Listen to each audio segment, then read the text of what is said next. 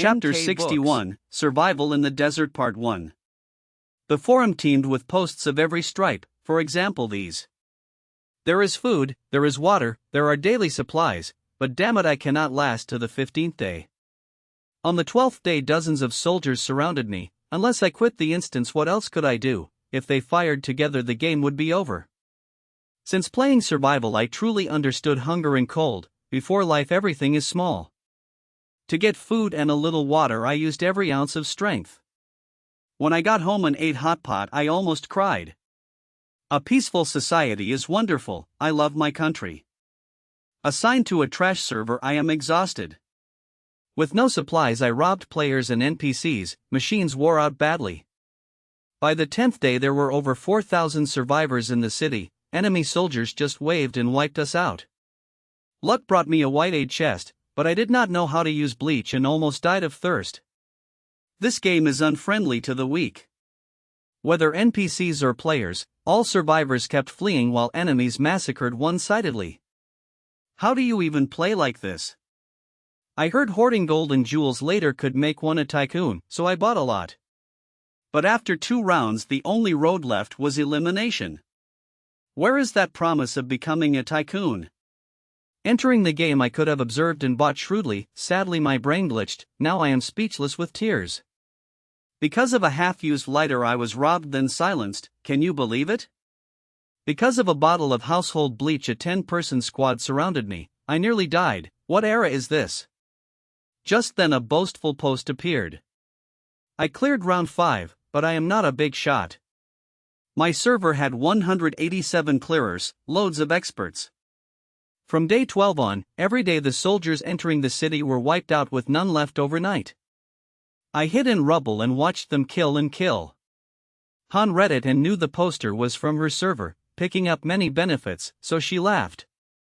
Facts prove that learning differs from not learning. The survival maniacs on the forum stayed dogged and fought on the front line.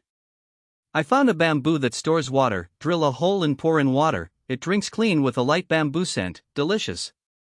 Each day plants release vapor, I trap it with plastic bags and easily collect from 10 to 15 kilograms of water per day, I am not bluffing. Dandelion, perilla, plantain, bamboo shoots, wild daisies, so much food. With some survival know-how making it to the 10th day is not hard, the system provides plenty. Yes, survival is easy, clearing is hard, you need teammates who do not sabotage to cooperate. I went through 5 rounds but cleared only 2, why? Because there are too many deadweights. Every time I browse the forum I question the standards. Do you need to pass round 5 to be a member, or pass once to be senior? Big shots say at least 3 clears. Sorry, I failed at round 3 and dragged everyone down, I will reflect in the corner. Another wrote. The infinite survival contest truly opened my eyes. At first I probably chose more than 10 doomsday settings thinking I would hit one, yet 5 rounds passed and I dodged all of them perfectly. I sincerely admire myself. Han chuckled, then surfed the forum, searched for materials, and self-studied. At 7:50 in the morning next day Han logged in early to wait for round 6. A mechanical voice sounded. Welcome to the infinite survival game. You currently have 125 points, would you like to enter the shop to purchase? Han chose yes. The shop appeared, she checked carefully and decided to stock bullets first then buy medicine. Of the 69 bags of steel pellets she had used only 5 remained, yet she would not restock them, instead she wanted to stock firearms and drugs. Seeing that today's limited items were mines and torpedoes she gave up on scrambling for them and focused on ammo and meds. A torpedo is a self-propelled underwater weapon carrying explosives that rams a ship's hull, typically the main round of attack submarines and torpedo boats, and it can also be launched from surface ships and aircraft according to encyclopedic knowledge. After precise calculation she spent all 125 points and closed the screen. The system asked. Preparation is complete, do you wish to enter now? A white flash and Han entered the 6th instance. Yellow sand filled the sky, the sun blazed like fire, a wave of heat rushed at her face. She assessed the surroundings while listening to the system. This round is desert survival, please strive to live. Note 1: After surviving 10 days, you meet the pass condition and may ask to leave at any time. Note 2: When stamina reaches 0, the character dies and you lose qualification. Note 3: The more days you last, the richer the reward. Note 4: If you complete the extreme challenge of 15 days, you receive a bonus. After 15 days, any survivors are automatically teleported out. Note 5: Desert F12, which is your server, has 2,000 players and 2,000 civilian NPCs. Note 6: The game begins immediately. It was scorching hot, sunlight beat straight down and sweat beaded on her brow. Desert survival. Han drew a deep breath, steadied herself, and started planning. She chose a flat patch of sand, pitched a tent, and crawled inside. She took white cloth from her inventory and wrapped the exposed skin in layers. In deserts, day-night temperatures swing widely and harsh sunlight harms skin, so for desert expeditions you need a hat, proper shoes, and long sleeves and pants. Lacking gear, she used bandage cloth to cover bare skin like adding sleeves, then tied a cloth over her head, mummifying herself. When done, she felt at ease and kept thinking. In deserts you travel at night before dawn, in other words daytime action is unwise, because daytime temperature can reach from 35 degrees Celsius to 40 degrees Celsius while night can drop below 0. After a moment she sighed. No matter how I think, this instance will be troublesome. At 9 o'clock the system chimed. Day 1 of the game. At once her inventory gained a slice of black bread and a bottle of milk. The air was parched and she nested in the tent sheltering from wind. When the heat peaked, she did not want to move a finger. She thought of taking ice from storage but feared the meager stock would not last to day 15. If she used the ice in the first 2 days, the rest would be agony, so she endured and forced herself to acclimate to the heat. Time crawled second by second and every second felt like a year. Just then a hoarse male voice sounded outside. Anyone inside? Han opened her eyes, tugged the flap, and asked calmly. What is it? A man stood outside with a backpack and short sleeves. When asked for directions, she shook her head. No idea. May I rest from the sun in your tent for a bit? Longing filled his eyes, but she refused. Inconvenient. In these conditions she only felt safe resting alone to restore stamina. The instance was harsh and she could barely care for herself. She had no spare strength for kindness. Then could you trade me some water? I will pay with gems, you will not lose. Han's eyes moved. Gems for water meant he was a player. Since the sea disaster instance, the system had scarcely offered supply chances, and used gold and jewels became useless, so many traded them for urgent necessities, which was short-sighted, though maybe his situation was too dire to plan ahead and survival now mattered most. Seeing her silence, he grew anxious. 1 gem for a bottle of mineral water. Before she answered, he gritted his teeth. 2 gems for 1 bottle. She exhaled softly. He looked stubborn and would not leave without a deal, and the price was great while her water stores were ample, so she nodded. Deal. She handed over 5 bottles. The trade done, he gulped half a bottle, relaxed all over, and left cheerfully. Han zipped up and returned to the tent, then realized she had forgotten to warn him not to travel under blazing sun because heavy sweating leads to dehydration, yet on second thought saying nothing might be better, in case he lingered nearby and she could not sleep at ease. Half an hour later a man and a woman arrived together to ask directions, and an hour and a half after that she was woken a third time and felt irritable enough to want to hit someone. Chapter 62, Survival in the Desert 2. Hello, is anyone there? A hoarse male voice rang out. Han reluctantly opened the tent and asked coolly, what is it? Outside stood 2 young men, one burly with bear-like shoulders and one gentle and polite. Seeing her, the polite one asked, hello, do you have water? Han kept a blank face, thinking she was not running a shop and wondering why everyone came to beg for trades, so she said flatly, no. Disappointment crossed the gentle man's face. The burly one gave a vicious grin and told his partner, I said being nice is useless, once you use force they get scared, and he cast Han a threatening glance, then froze when he saw the gun in her hand, a desert eagle whose heavy build was famous for great power, and one shot to the forehead could end him. What did you say about using force? The polite man asked with a tremor. The big man fell silent, admitting fault in his heart. Han leveled the gun and asked, "Why did you come here?" The polite man signaled his teammate to hush and said slowly, "We are short of drinking water and hope to trade. We saw your tent from afar and came to try our luck." Han felt annoyed that they wandered under the blazing sun. Basic survival rules seemed lost. Should she pack the tent just to avoid attention? And the thought brought a faint gloom. The polite man said carefully, "I apologize for his rudeness, please let us go," then took out a palm-sized wooden box. "This is my most precious spice, please accept it." She took the box, flicked her hand, and said, "Go."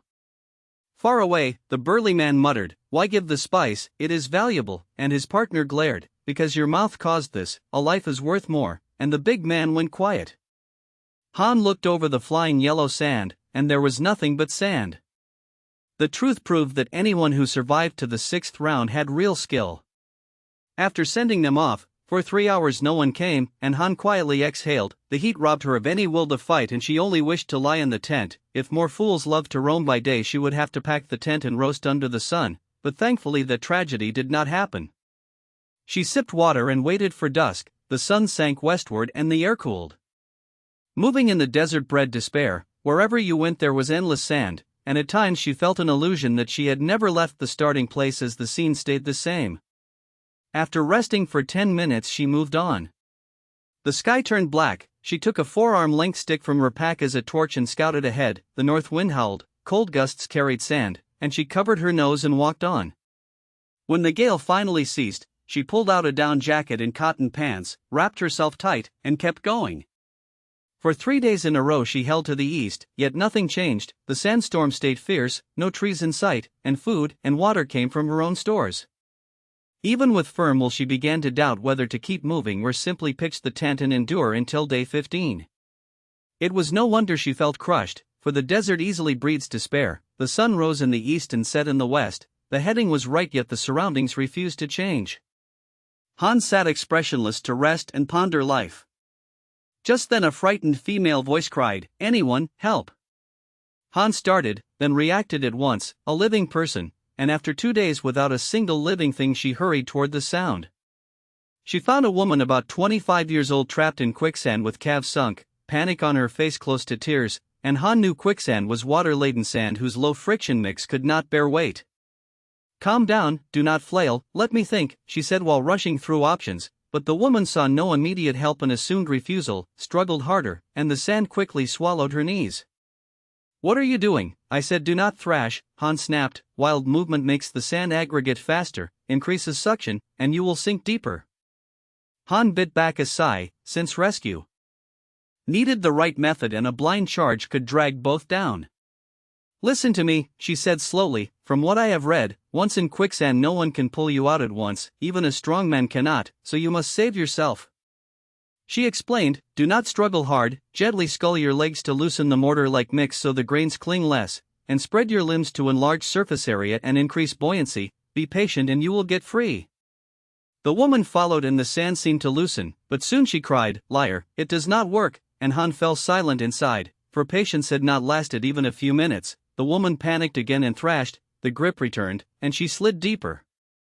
Han's face went cold as she thought she should not have come, for only self-rescue would work and this person still stared at her for a miracle. "I will say it one last time, do not struggle, gently move your legs. In quicksand only self-rescue works and others cannot help. If you fail it is your fault," she said and left without looking back. The woman despaired, yet she gave up fighting, lay back in the sand, and now and then sculled her legs as a last-ditch try, and half an hour later she escaped, stunned to find the advice true, and she blushed on recalling how she had accused the other of cold blood. At the same time Han felt chaotic inside. On the one hand she saw only sand and longed for a living person to talk with. With a trace of melancholy she kept east, and after 20 minutes she joyfully found several barrel cacti, which in the desert meant clean water, so she ran over, noted spines as thick as a finger, yet did not flinch, drew her machete, sliced the upper stalk, and savored the soft juicy flesh that quenched thirst and eased hunger, then packed some and moved on. Gazing at the golden desert afar, a bleak feeling rose in her heart, and she felt this round her chance to meet teammates was near zero. Chapter 63, Survival at the Desert 3. She not only received 4 bottles of cow's milk, 1 slice of dark bread, 1 slice of butter and meat floss bread, and 1 slice of chocolate cake, but also gained 2 bars of handmade fragrance soap. Even so, the mineral water and daily supplies in her personal stash kept dwindling at a steady pace. However, Tua Han did not feel anxious. The goods in her stash were abundant and enough to clear the desert dungeon. As the game kept progressing, the storage ratios should also be adjusted appropriately. At the beginning her talents were low, so she needed a large reserve to prevent accidents. Now her nutritionist talent was maxed, and she had a second job as a soap maker, so self-sufficiency was no problem. Of course, most players did not share this lucky worry. While she pondered how to divide the stash space more wisely, she spotted an oasis in the far distance. It looked lush with trees and a carpet of green grass. People occasionally passed by, giving a lively scene. Although the desert was dry, oases still formed with some probability. In such places the soil was fertile and irrigation was convenient, and more than half the surroundings had rivers, streams, or wells. After thinking it through, she restrained herself and patiently waited for dusk. When darkness fell and the heat dropped, she hurried toward the oasis. As she walked, she calculated that once she arrived she would stay put. Each day she would not worry about food or drink, and ideally she would rent a wooden hut to rest from the heat. Later in the game she could use her stored ice without worry. A cold bottle of mineral water downed in one go would be unspeakably refreshing. With bright hopes in her heart and a vivid imagination in her head, her pace quickened. Yet no matter how far she walked, the earlier oasis never appeared. After a long while she sat to rest, her face as black as a pot bottom. If the oasis truly existed, her speed would have taken her there already. A mirage is an optical phenomenon where reflected light forms a virtual image. Once she understood, a wave of helplessness rose in her. She sat on a dune to rest and felt too lazy to stand. This world is so cruel to me. I can feel the system's malice. You hyped me up for an entire hour only to show me this. She screamed inside. Her gaze fell on the sand where the prints looked like camel tracks. She examined carefully and found them clear and numerous. A caravan had passed here. She snapped, fully awake. She judged the caravan to be system-controlled traders who knew the terrain well. In other words, following the prints might lead to a settlement. With that thought she lifted her spirits and followed the trail. At dawn on the 6th day, when light first broke, she met a man and a woman heading the same way. As Tua Han saw them, they also noticed her. Tua Han. She introduced herself casually. Are you following the caravan tracks to reach the oasis? Yes. Tua Han was a little surprised. She had assumed they were teammates and would not welcome an outsider. Yet Ha-i invited her on her own.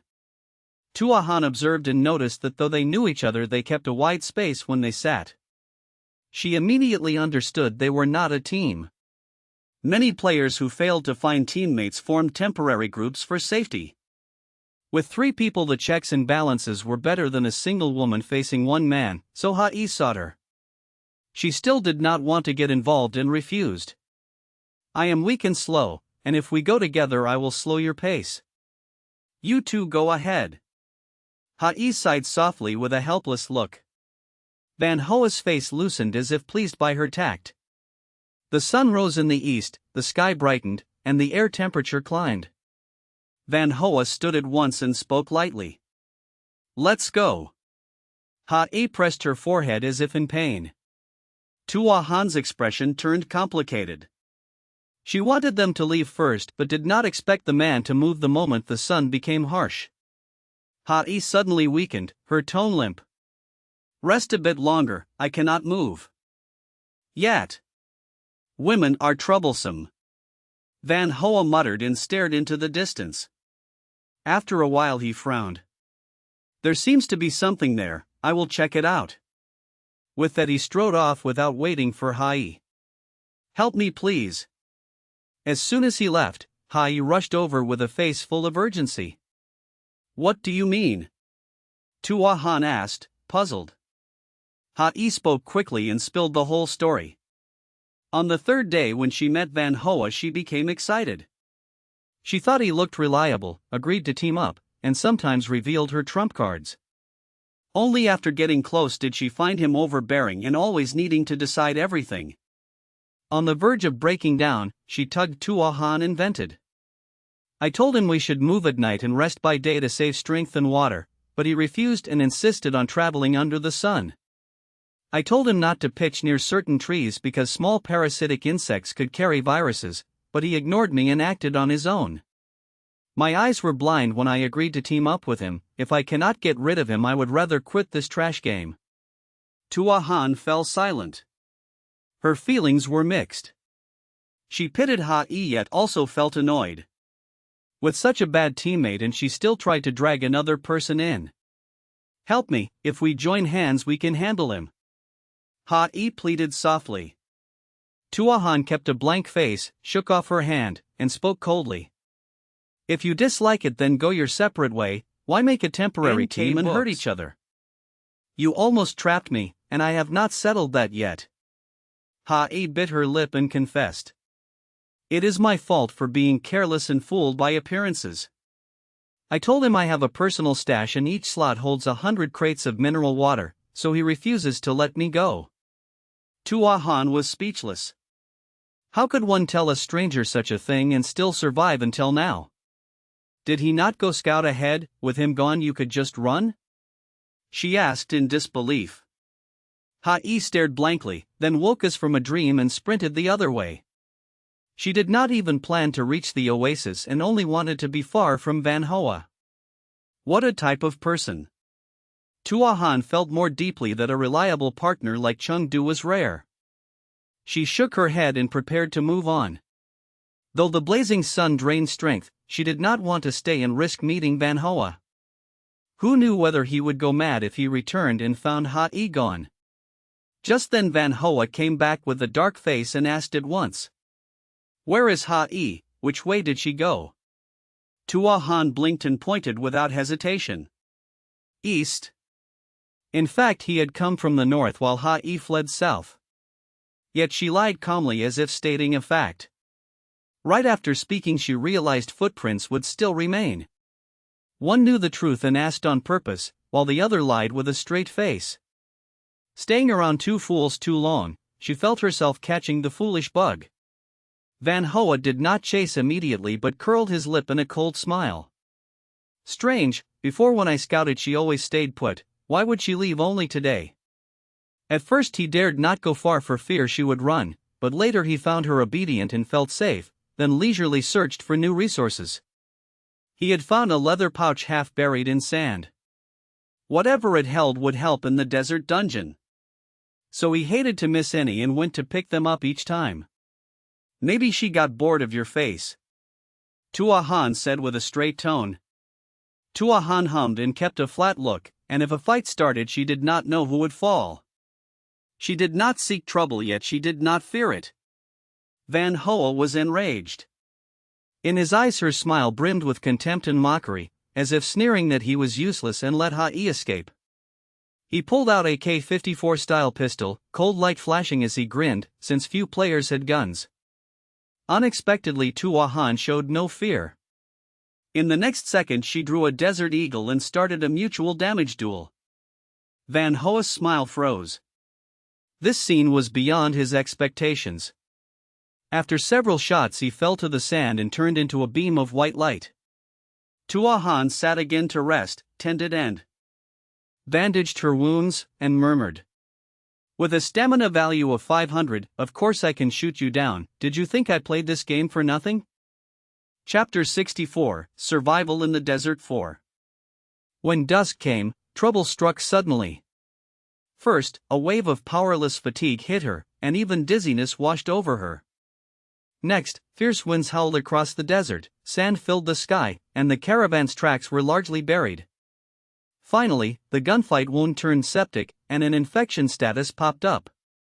Han sighed and decided to handle things one by one. She mixed table salt into bottled water, hoping to replenish salt and fluids. She told herself she still remembered the caravan's direction of travel. If those distant traces were not fully covered, walking farther might reveal their trail again. Even so, she could not help doubting herself. She had wandered the desert for days and thought she should have stayed put to save strength. More importantly, she felt she was working in vain. Basic survival lore has a rule called the energy balance principle. It means when hungry and thirsty, you must estimate energy expenditure before acting. If the search for food burns energy equal to or above the gain, you should not do it. In this situation, she had spent strength, focus, and supplies yet still found no oasis, so the cost exceeded the return and she should stop. She knew without searching she would never meet an oasis. Chances require attempts, yet impatience still crept in. Who would think that walking alone too long in the desert makes one easily self-loathing and doubtful? Tohan murmured, her head feeling taut. She told herself that her supplies were ample, and wasting a little would clear some space. Having money does make one willful. On the 7th day she finally found the caravan's footprints again. On the 8th day an oasis appeared ahead, almost within arm's reach. Though it might be a mirage, she chose to check it anyway. Luckily this time it was no illusion but a real oasis. At noon on the 8th day Tohan set foot in the oasis. Trees encircled the place, green was rare and soothing. She stepped in slowly, and a chill gust hit her face. Following the cool air, she saw a stall covered with blocks of ice. Then she spotted a familiar silhouette. Tohan was speechless, her little teammate flaunted style anywhere and knew nothing of modesty. Amid the crowd he was the most eye-catching. A long line had formed before the stall. People cradled gold jewels, fancy clothes, spices and refined salt, pleading with Chengdu to trade for ice. When each deal closed, joy overflowed on their faces, and they left hugging ice with excitement. Tohan grumbled inwardly, was he not afraid of being robbed? After circling the oasis she found only one seller of ice. No wonder everyone begged Chengdu to trade, it was a monopoly.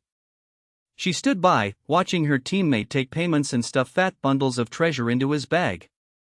The pile of ice dwindled quickly. Today's ice is sold out, come back tomorrow. The crowd showed disappointment and dispersed helplessly. No one tries to rob you. Please do not bring it up, I nearly got lost in that vicious desert. Quicksand, mirages, and odd players had made the road harsh.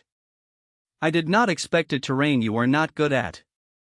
Honestly, in real life I have never toured a desert. For a first-timer to find an oasis by the 8th day was pretty strong indeed. Alright, come home with me. He shook his head, took the leather bag, and led the way. Tohan kept a flat face and thought that if not for teamwork she would have grabbed the business, books, as she had money too. Renting aside, buying a place would be trivial. She grumbled inside yet still hurried after him. Soon Chengdu stopped before a wooden house. Here we are. He pushed the door open. He tossed the leather bag onto the table and said casually, "There are 3 bedrooms inside. Are you sure you will stay here until clearance? If something comes up I will leave, rent is not much anyway." Tohan could only give a wry smile. She recalled he was a rich man who never pinched pennies. Why sell ice, you should not be short on supplies. Spices, gold and jewels are cheap here, I trade for as much as I can. Sadly my personal storage is nearly full, otherwise I would trade more. Tohan understood at once. He used the desert's scarcest resource to exchange for goods that were relatively cheap. In other instances spices, gold and jewels would be valuable, while brimstone ice would turn bargain bin. However, we have gone through 4 consecutive instances without resupply, so the idea that money is useless has sunk deep into players. On the road I met some players who had started trading away their stored gold and jewels for food and water. For cashless instances do not mean the next 4 will be cashless too. No one knows what will happen next, right? The only thing players can do is prepare on many fronts. Tohan nodded inwardly, for she thought the same. Thinking of Van Hoa she had met, she found Chengdu more agreeable. I have not had a proper meal in days, let me cook. Make more than usual. Tohan paused, recalling her teammate was a big shot without the cooking skill. Yet opening her stash she found ingredients sorely lacking. For a long time she had stocked instant foods ready to eat. She had nothing to cook into a proper meal. She froze for a moment, feeling a bit embarrassed. What is wrong? I need to go out to trade for some cooking ingredients. No need. We have goat meat and goat bones for soup. For something savory, pork congee is ideal. There is braised pork and beef brisket noodles too, they will be delicious. Tohan could only stare silently. Had he been waiting days for a chef, since he had ingredients ready and listed dishes so fluently? Go ahead. His face was calm, yet a spark of eagerness flashed in his eyes. The menu matched her cravings, so she nodded and started. First she rinsed the rice and soaked it. Next she simmered fresh goat bones and meat. Soon a rich meaty aroma filled the room. When done she lifted the meat, drained it, sliced it thin, and returned it to the broth, finishing a fragrant goat soup. With the soup done the rice had soaked enough. She washed lean pork and minced it finely. She added rice and just enough water to the pot. She lit the fire and kept it low. When the rice blossomed she added the minced pork and simmered until the meat melted and the congee turned silky. Mung bean sweet soup was the simplest. She simmered mung beans with water until the beans burst. Before ladling she added rock sugar for a brighter taste. On his side Chengdu was busy as well. He set brimstone ice on the table, then laid beer cola Sprite Fanta and mineral water atop to chill, and set the tableware. 3 dishes were served. Eat them later, we cannot finish now. After pork congee goat soup and mung bean dessert, plus ice cream for sweets, are you sure you can still eat beef noodles? There is no fridge here, once cooked we must finish, or the taste will turn. There is ice cream for dessert after eating. Yes. I stocked it before the deserted island instance, and now we finally get to eat it. Surviving the island, being trapped in war, then surviving the desert, they had cleared 3 instances, and it was not easy to eat an ice cream. The corner of Chengdu's mouth lifted, though his tone sounded helpless. Then it is settled, beef brisket noodles another day. Chapter 65, Surviving the Desert, Part 5. The lean pork congee slid down warm and gentle, soothing the stomach and spleen. The mung bean sweet soup cooled the body, 1 sip and the heat faded. Now and then they cracked a cold bottle of water, what bliss, as if hiding in an air-conditioned room. They ate to their heart's content, 3 dishes gone in a flash. After the meal, Tohan brought out ice cream, 1 cup each, sweet and satisfying. With a spoon of ice cream in his mouth, Chengdu felt his standard of living jump up a notch. Eating and chatting, Tohan asked, "When did you get here?" "On the 5th day. Chengdu said casually, "We followed camel tracks, and that trail led straight to the oasis. The trip cost some time, but overall it was smooth." Thinking of the harsh journey, Tohan sighed, "In the desert you should rest at dawn and move at night, so I pitched a tent to nap. Who knew so many reckless folks would wander in by day, rush to my tent, and beg to trade, treating me like an NPC at a temp supply post. I used the sun rising in the east and setting in the west to fix direction, kept heading east for days, yet found nothing. At times I thought of just camping in the desert, since I lacked neither food nor drink. But picturing a sandstorm felt troublesome, so I pushed on. Luckily I found the oasis in the end." Chengdu said mildly, "You think you walked straight, but maybe not, you may have drifted." "Like the so-called wall ghost?" asked Tohan. "That means if you cover your eyes and walk on open ground, you feel you go straight yet end up tracing a big circle. It happens because leg length and strength differ, the left stride a bit longer, the right a bit shorter, and over time it curves. We go straight only because the brain keeps correcting, but without references the brain loses direction." "More or less," said Chengdu. Tohan was speechless. Before this survival game, she never imagined being surrounded by a sea of sand. Chengdu went on, "Once inside the oasis, it feels safe. There is a merchant NPC raising dozens of goats who loves to trade. With jewels or table salt you can swap for plenty of food. So the key challenge is finding an oasis? Tahan followed. If you fail, you must rely on limited survival skills to scrape by in the desert? On the surface, yes. Chengdu nodded. Tahan fell silent.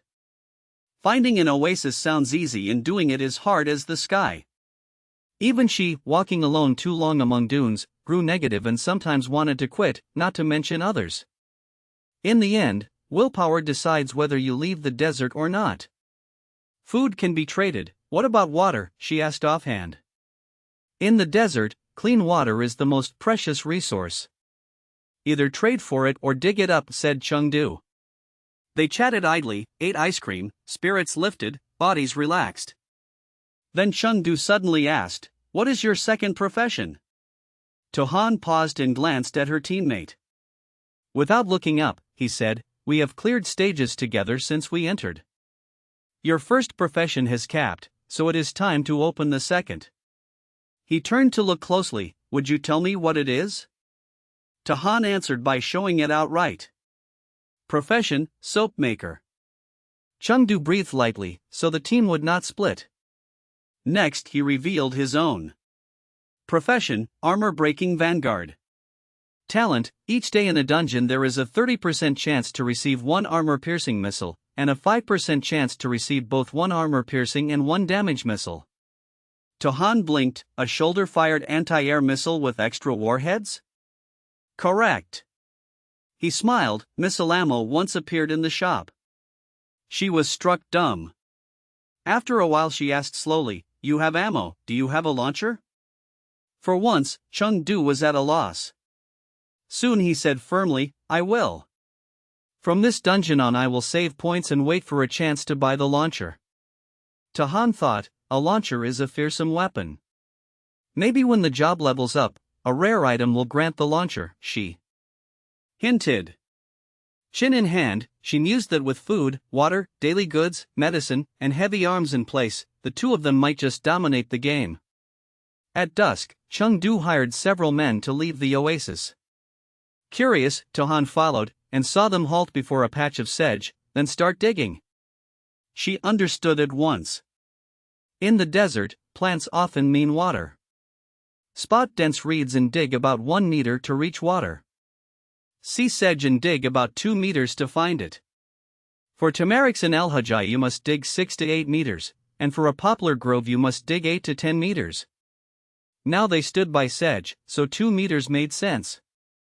Sure enough, soon a spurt of water rose from the sand. Calmly, Chengdu told them, "Fill up the water, carry it steady, then head back." The men agreed and used hollow wooden tubs to haul the water. He paid in jewels, and they left delighted. "Planning to purify drinking water?" asked Tahan. She knew one should filter then add bleach to get potable water, yet she only remembered the conclusion, not the theory. Rolling up his sleeves, Chengdu first filtered the water to remove grit, poured it into a clay vat, then added bleach. Watching closely, she asked, "Is this really drinkable?" Bleach whitening is actually a controlled oxidation that releases oxygen. Its strong oxidizing power kills most microbes in water, thus purifying it, he explained. Tahan fell silent, like sitting in chemistry class with nothing left in memory. "Fine, I will just remember the conclusion," she said flatly. He sighed and sealed the vat. Night came and a rich aroma spread everywhere. There is a night market with many stalls. Some grill beef and mutton skewers, others chase curiosities like roasted scorpions. "With money you can buy anything," he said by habit. "Go go go." Tahan tugged her teammate out. She had planned to cook beef shank noodles, but now her mind held only 3 words: whole roast lamb. They followed the smell to the lamb spit, its skin golden and glossy, crisp to the eye, and she nearly opened her pack to trade. But Chengdu flicked a gem from his leather pouch to the seller first and said, 2 roasted lamb legs. "I have money." She looked up. "Too many items, the pack will not fit more," he replied calmly. Convinced, she closed her mouth. He even let out a rare sigh. Soon the legs arrived. She bit in, the meat fragrant and tender, the skin crackling. Best of all, the legs were huge and meaty. Eyes closed in bliss, she cried, "Oh," and took another big bite. "By whatever you fancy, consider it helping me clear space," he said lightly. She patted her belly, eyed the delicacies, and sighed, "I cannot eat anymore." He went quiet, only eating. They strolled and ate like tourists, easy and relaxed. "These spices smell quite good. This goatskin rug feels thick. There is even a little painting. Is this considered art?" First time in the desert, she found every local craft fresh and fun. He stayed ready to pay, yet after a while he noticed she only praised this and that without buying anything. He chuckled to himself, a familiar habit of many women, loving to look more than to bring things home. Chapter 66, Fighting to Live in the Desert 6. Some people eat today and starve tomorrow, on the brink of dying from hunger and thirst, and among the onlookers a sour envy rises like pantothenic acid. "That guy sells ice and makes a fortune. We trail the camel team around, exhausted to death, and each day barely eat our fill. Look at him, he practically has more money than he can use. If only we could take his money, that would be great." What began as a few nasty remarks soon swelled into a chorus of complaints. Just as Tahan watched a man pipe a flute and a snake sway, a gang of 6 with clubs charged at Tahan and Chengdu. Seeing 6 foes, she stayed calm and meant to draw her gun. The next instant, Chengdu hefted a leather coat stuffed with gold and gems and said coolly, "Whoever helps me beat them will get gold." The crowd that meant to step aside instantly stirred. The 6 troublemakers froze. Raising the coat and sweeping his gaze around, Chengdu drawled, "What, no one wants to earn this money?" People snapped from their daze. Over a dozen rushed in to help. The 6 bullies were pounded and kicked to the ground before they knew it. Tahan quietly slid her gun back. "What is money as a universal key? What is wealth as a source of sin? What is treating riches like dregs?" Chengdu offered a perfect example. "Rich men are scary, why provoke them at will?" he sighed. The 6 clutched their heads and wailed, mistaking a starving wolf for a fat lamb, and would need days to nurse their bruises. In other words, they lifted a stone only to smash their own feet. "Not leaving yet?" His voice went cold with threat. The 6 fled in panic, one tripping headlong, yet not daring to look back, scrambling up to sprint away. As promised, anyone who helped got a gold piece, and those who hit harder even earned an extra piece. "Boss, if there is such good work again, call us, we will come." Many clutched gold and could not wait for the next job. Chengdu nodded, "If there is a chance." When the crowd drifted off, Tahan mused, "I did not expect gold to be so useful in a desert instance. Only at an oasis does gold work its magic, wandering the dunes it is no better than scrap iron," he replied, pleased to have solved trouble with small change and kept strolling the market. On the 9th day in the game, at dawn, judging the purification time almost done, Tahan checked the water jar, lifted the gauze, and found the water crystal clear. She still could not grasp the principle, yet it did not matter, she had tested it and the conclusion held. Chengdu kept using soda to make ice and planned to hawk it, which baffled her. "Carry space is so small and we cannot bring all the gold and jewels, what is the point of trading for so much?" Still, she would not meddle, and hold up to rest, for after 8 straight days on the move, in reality her feet would be skinned and blistered, and though the game was not the real world she felt too lazy to budge. The 10th day passed in quiet.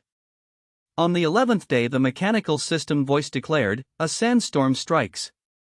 At once a fierce wind whipped up gravel sharp as blades, and from the window she saw sand shroud the sky, then the gale roared and rattled the panes, and the blast was so strong that stones and earth were swept away.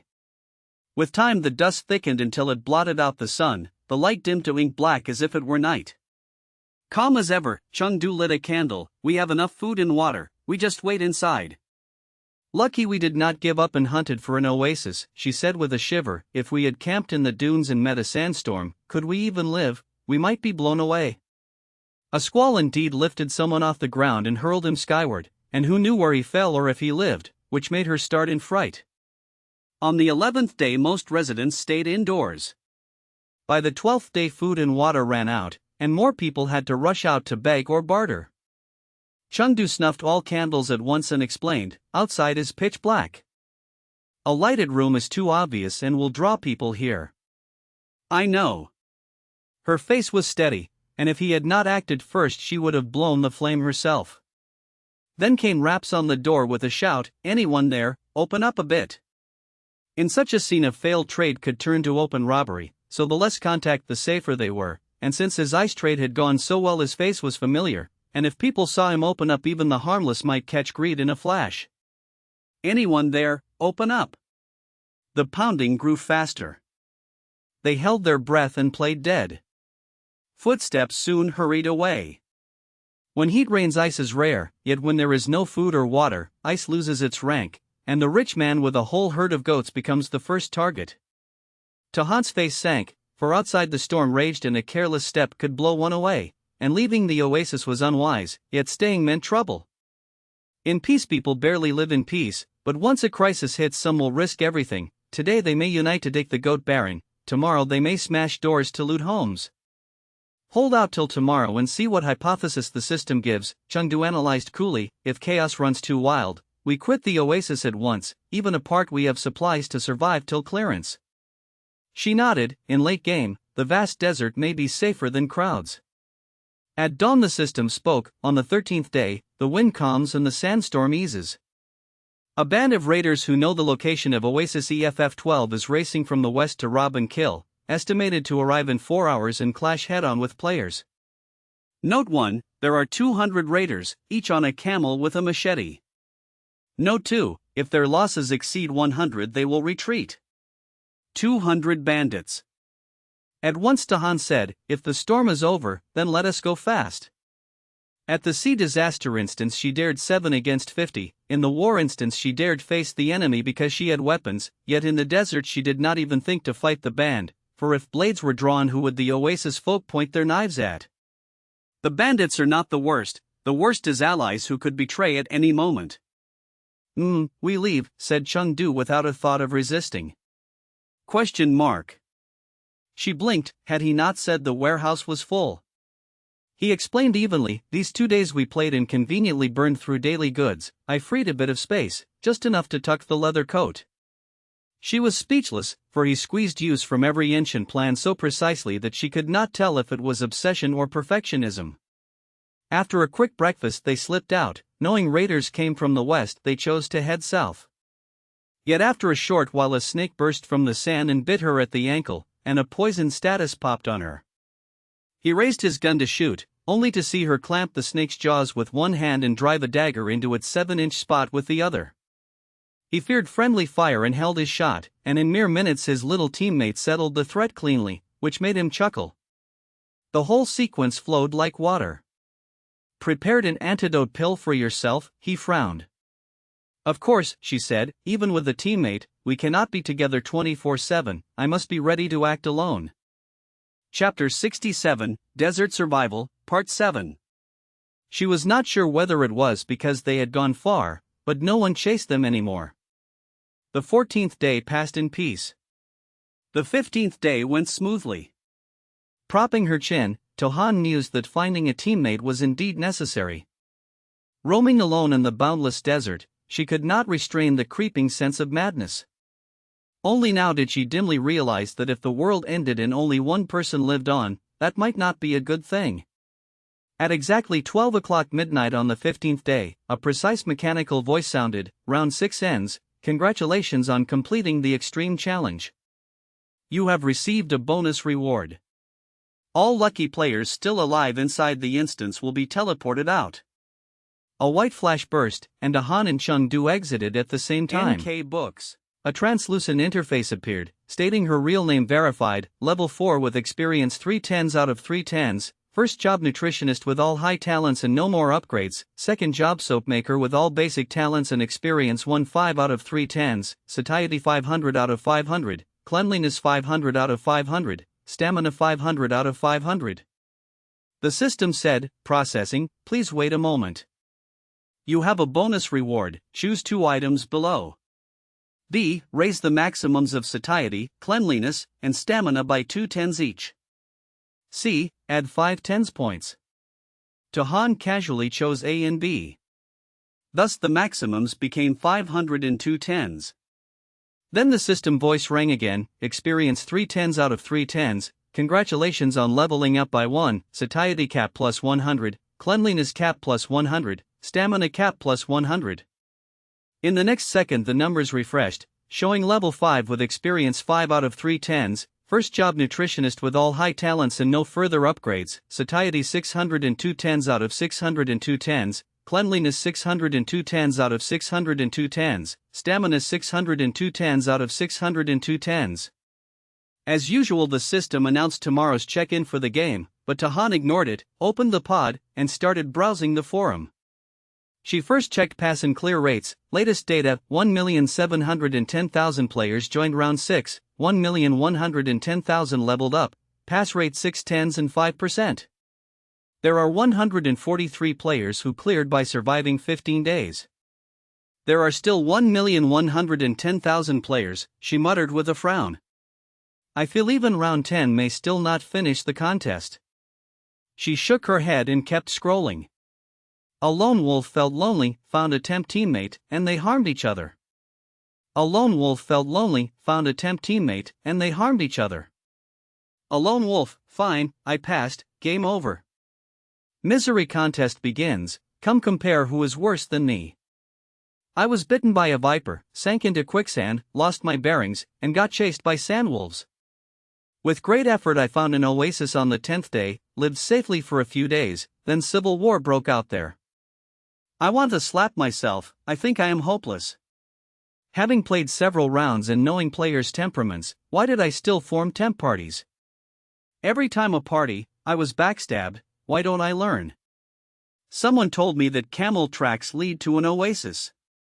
But I thought, what if they were left by bandits, or laid by players as bait? So I stubbornly avoided all tracks, then wandered the desert for more than 10 days. Honestly, I almost puked, now anything yellow makes me nauseous. I was told to hoard gold and jewels to become a big shot, and I humbly accepted. I toiled, I despaired.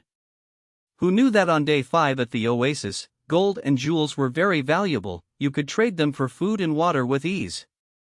Spitting blood, does this newbie game even follow any rules? I do not recall when I slipped a compass into my pocket. Following it, I finally stopped circling. After scouting, I reached an oasis on the 3rd game day. I understand now, nothing is inherently useful or useless, it depends on the right context. Survival competition is fun and wholly unlike my first expectations. Up to now I have guessed no instance right, I look forward to the next round. I finally cleared once, not easy at all. The trick was to leave the oasis after the sandstorm and carve my own path. I heard bandits attacked, everyone claimed to unite and face outward. As I prepared, 2 people robbed my stomach bag and silenced me. Unite as one, I laugh. Seeing no crucial content after 2 quick scans, Tahan shut the computer to rest. Marching alone for long in the desert drained her mind, and she had no mood to do anything else. So that day she listened to music, rested, cooked a few tasty dishes, and did nothing more. At 7 in the morning next day, she logged in early as usual and quietly waited for round 7 to start. Upon login, the machine voice said, "Welcome to Infinite Survival Game, you currently have 7 5s points. Notice, starting from the 7th instance, when you meet even instances like the 8th, the 10th, the 12th, the shop will open, and for odd ones the shop will be closed. You may enter the game directly." Tahan was speechless. It was her first time hearing that the system shop could be closed. Knowing the rules could not be overturned, she simply said, "Enter the game." A white flash, and she vanished. Opening her eyes, she found herself in a room alone. The surroundings matched a single hotel room. Then the system began, "This round is a gambling-themed survival game, please do your utmost to live. Note 1, after surviving 10 days you meet the pass condition and may request to exit any time. Note 2, when stamina hits 0, the avatar dies and the player loses qualification. Note 3, the more days you survive, the richer the rewards. After 15 days, all lucky players still alive inside the instance will be teleported out. Note 5, Gambling at Villa G78 on the player server hosts 500 players and 300 non-player characters. Tahan paused, gambling huh? Before she could think further, the loudspeaker boomed, "Welcome to the Villa gambling game. The official match begins at 9 this morning, here are the rules." The villa has 4 floors, the first and second are casinos with many entertainments. The third floor is a lounge, offering a free buffet 24 hours. The fourth floor has single rooms for contestants to rest and wash, daily necessities are free, and without the host's permission others may not enter. The casino offers loans up to 1 million with compound interest of 10% per day. After 3 days debts are audited and debtors are knocked out. For example, if you borrow $500,000 on day 1, on day 3 you borrow from other contestants to pay the casino, then on day 4 you may borrow again from the casino and will not be eliminated. Simply put, on the audit day you must have no debt. The villa gambling runs 15 days. On the last day if total wagers exceed 15 million and you hold no debt, you are declared a winner. Note 1, you may not leave the villa during the game, leaving leads to elimination. Note 2, all debtors on the audit day are eliminated. Note 3, before 5 in the afternoon, books. Anyone who fails to meet the threshold is eliminated. Specifically before 5 on day 1 total wagers must reach 1 million, before 5 on day 2 they must reach 2 millions, and so on. Note 4, using force or openly robbing others' chips is forbidden, violators are eliminated. Now the game begins. Tahan pondered. On the first day, total wagers must exceed 1 million. With lots of money, 1 or 2 rounds suffice. With little money, many rounds are needed. Also, all debtors on the audit day are out, meaning poor gamblers cannot last. Considering all this, she judged that only 3 types can clear. The first type is rich tycoons who buy clearance by throwing 15 millions. The second type is gambling masters who can turn 10,000s into 15 millions. The third type has some funds, decent skills, and a bit of luck to barely pass. She felt she belonged to the third type. Her thinking is flexible, but she has not studied gambling techniques deeply. Her luck is so-so. To be fair, guessing right many times is not impossible. She thought that if that person were still alive, he would clear this round with ease. Once he pledged top-grade jewels, over 10 millions in funds would land in hand, then he could casually play high or low.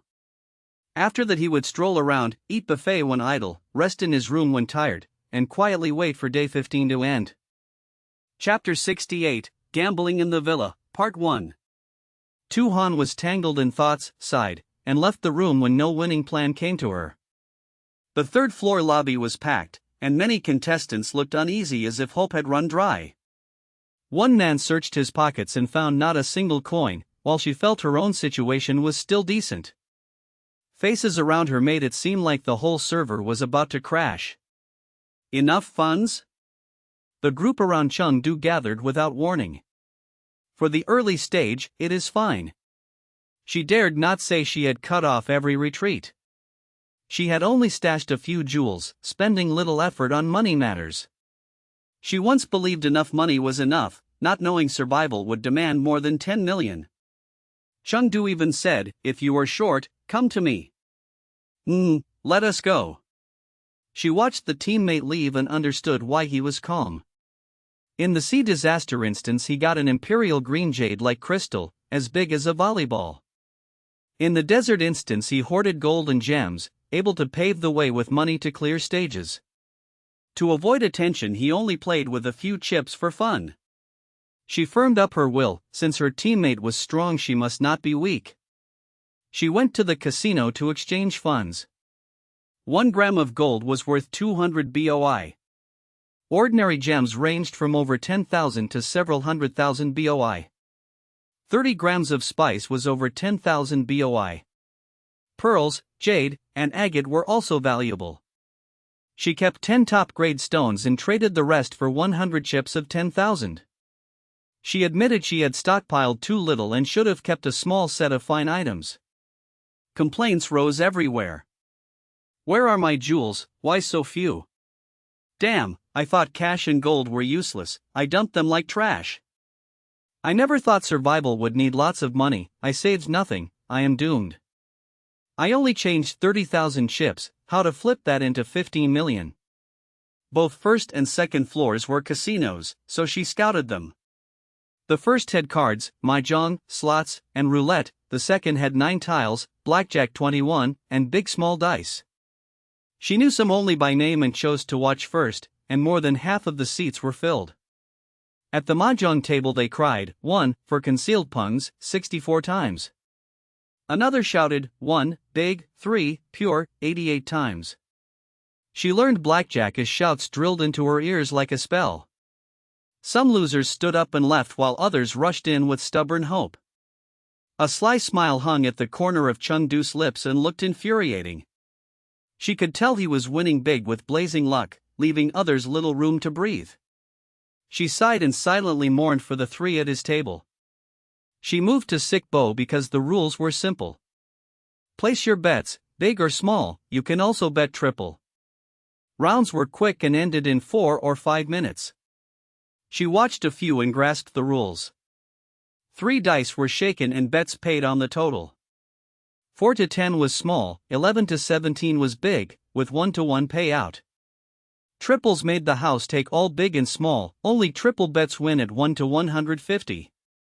She computed triple odds as 1 in 216, around 4.63 per thousand, very low indeed. The dealer called, new round, place bets. Someone whispered, triple is too rare, better buy big small. Another laughed, gambling needs thrill, I will stick to 666, it must open. She fell silent, thinking the house might cheat with weighted dice and controlled throws. If they cheated, then any result could be forced. So even after learning the rules, she held back to observe the dealer's hands. Hands off, about to open. Open, open, open. A loud laugh boomed across the second floor. The man who bet 666 cheered, 10,000 turned into 1.5 million, great. His friend who had tried to stop him twisted his lips in regret, missing an easy million. Pop. A stack of chips slid to the winner amid gasps. He strutted away, and many others rushed to bet 111, 222, and 666 again. Next open, the dealer declared, total is 10, small wins. Many beat their chests and sighed at their poor luck. Near noon people left for lunch. She ate black bread and milk while studying the dice for a safe path to pass. Then noise erupted nearby as 2 men nearly fought. The older one snarled, why did you win? You must have cheated, give back my chips. The younger flicked his hand, if you cannot lose, do not play. The older panted with rage while the younger said, if I cheated, show proof, or stop slandering me, beat me at the table if you can. The older snapped and drew a gun, but a dozen muzzles aimed back at him at once. The man in black said coolly, cheaters in play are also eliminated, but accusations require evidence, do you have it? The man was speechless. You used force without cause, you are eliminated. 2 subordinates dragged him out while the man in black nodded, please continue. Order returned and guards spread out. 2 Han's eyes moved as she confirmed strict management here. She had watched 24 rounds, 10 ended big, 13 ended small, and 1 was 666, which looked random enough. More urgent was time, less than 6 hours remained until 5 in the afternoon, so she decided to bet. She laid down 5 chips and started. First round she bet big, 336 made 12, win. Second round she bet big, 156 made 12, win. Third round she bet big, 223 made 7, loss. Over time her chips grew slowly. At round 41, 555 appeared, the house ate big and small, only 555 won, and she lost 5 chips, then chose to rest. She rolled her neck when a familiar voice rose, done yet, shall we eat? Why are you here? Even a mahjong master should spare time for a meal. Chengdu stood straight beside his teammate with a serious face. She glanced back with rare sharpness, is it because you won too much and no one wants to sit with you now? He fell silent, unwilling to admit it, though she was exactly right. Chapter 69, Gambling in the Villa, Part 2. Tohan looked genuinely stunned, you were not chopped down on the spot by them? The server held a total of 500 players, of which about 60% were poor. Others fared a little better, yet their days were still painfully hard.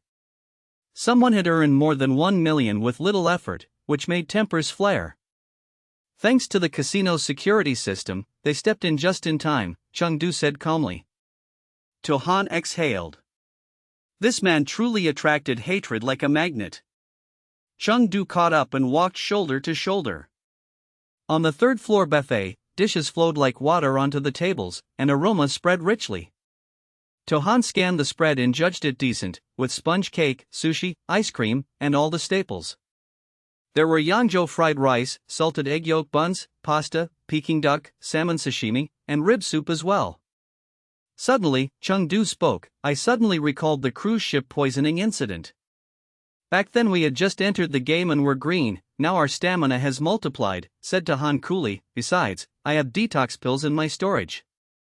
If the food is poisoned, one pill will do. Looking around, Chengdu said evenly, carefulness prevents big mistakes. Simple, Han sighed inwardly. With money and skill, you could hit the quota within half a minute. For most poor players, achieving 15 million in wagers while avoiding debt was harder than climbing to the sky.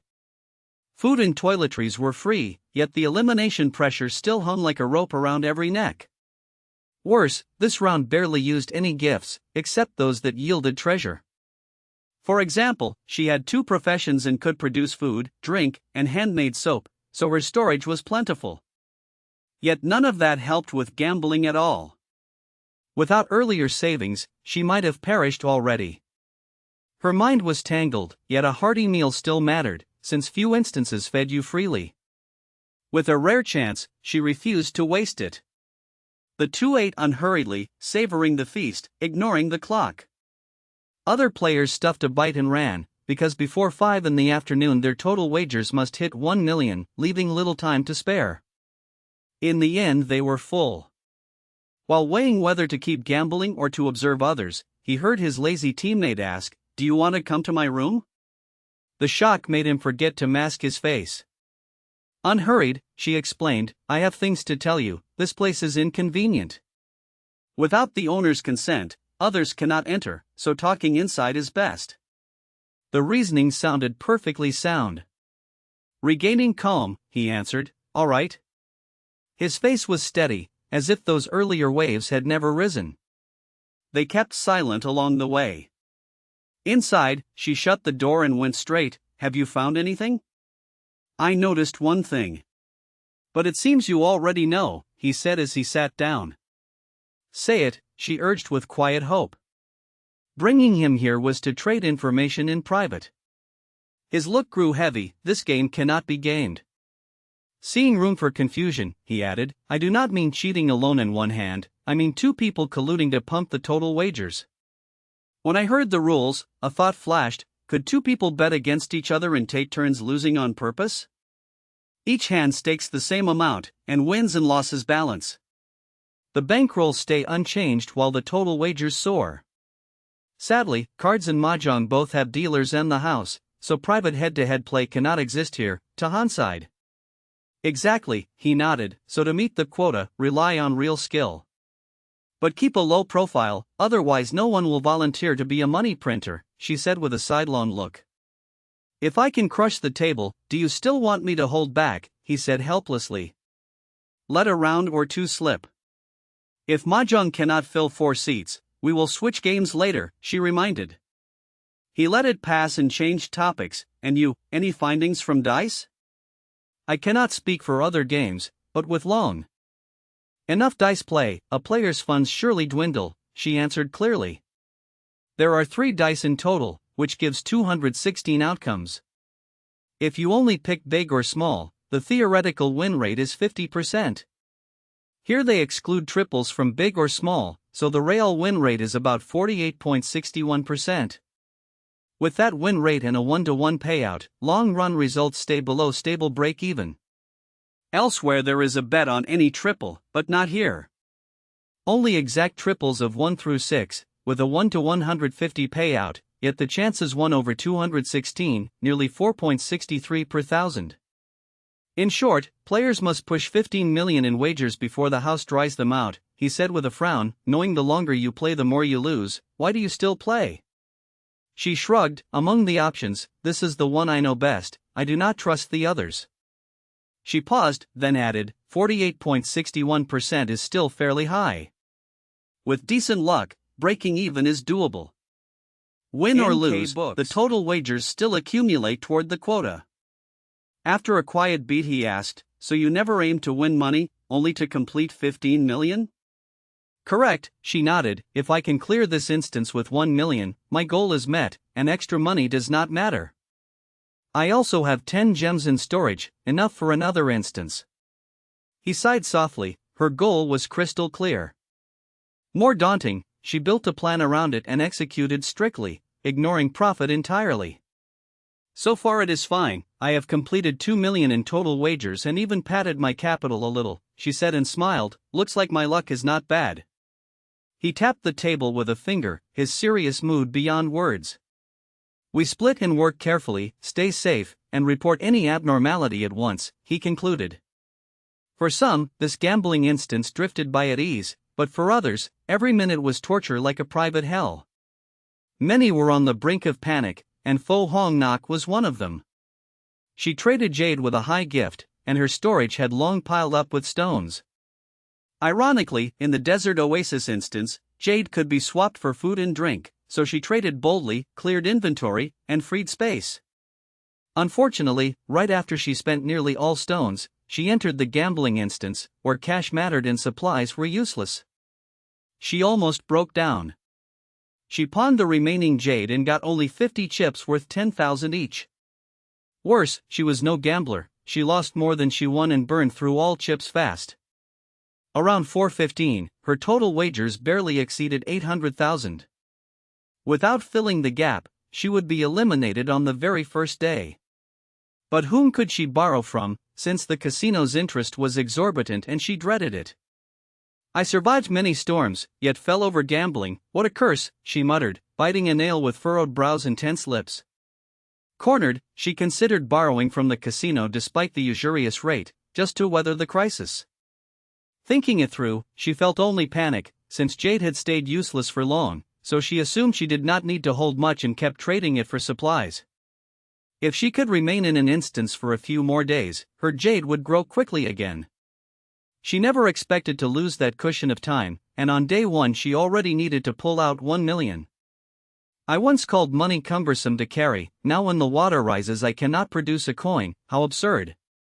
The good swimmer drowns, the skilled rider falls, she mocked herself with a haggard face.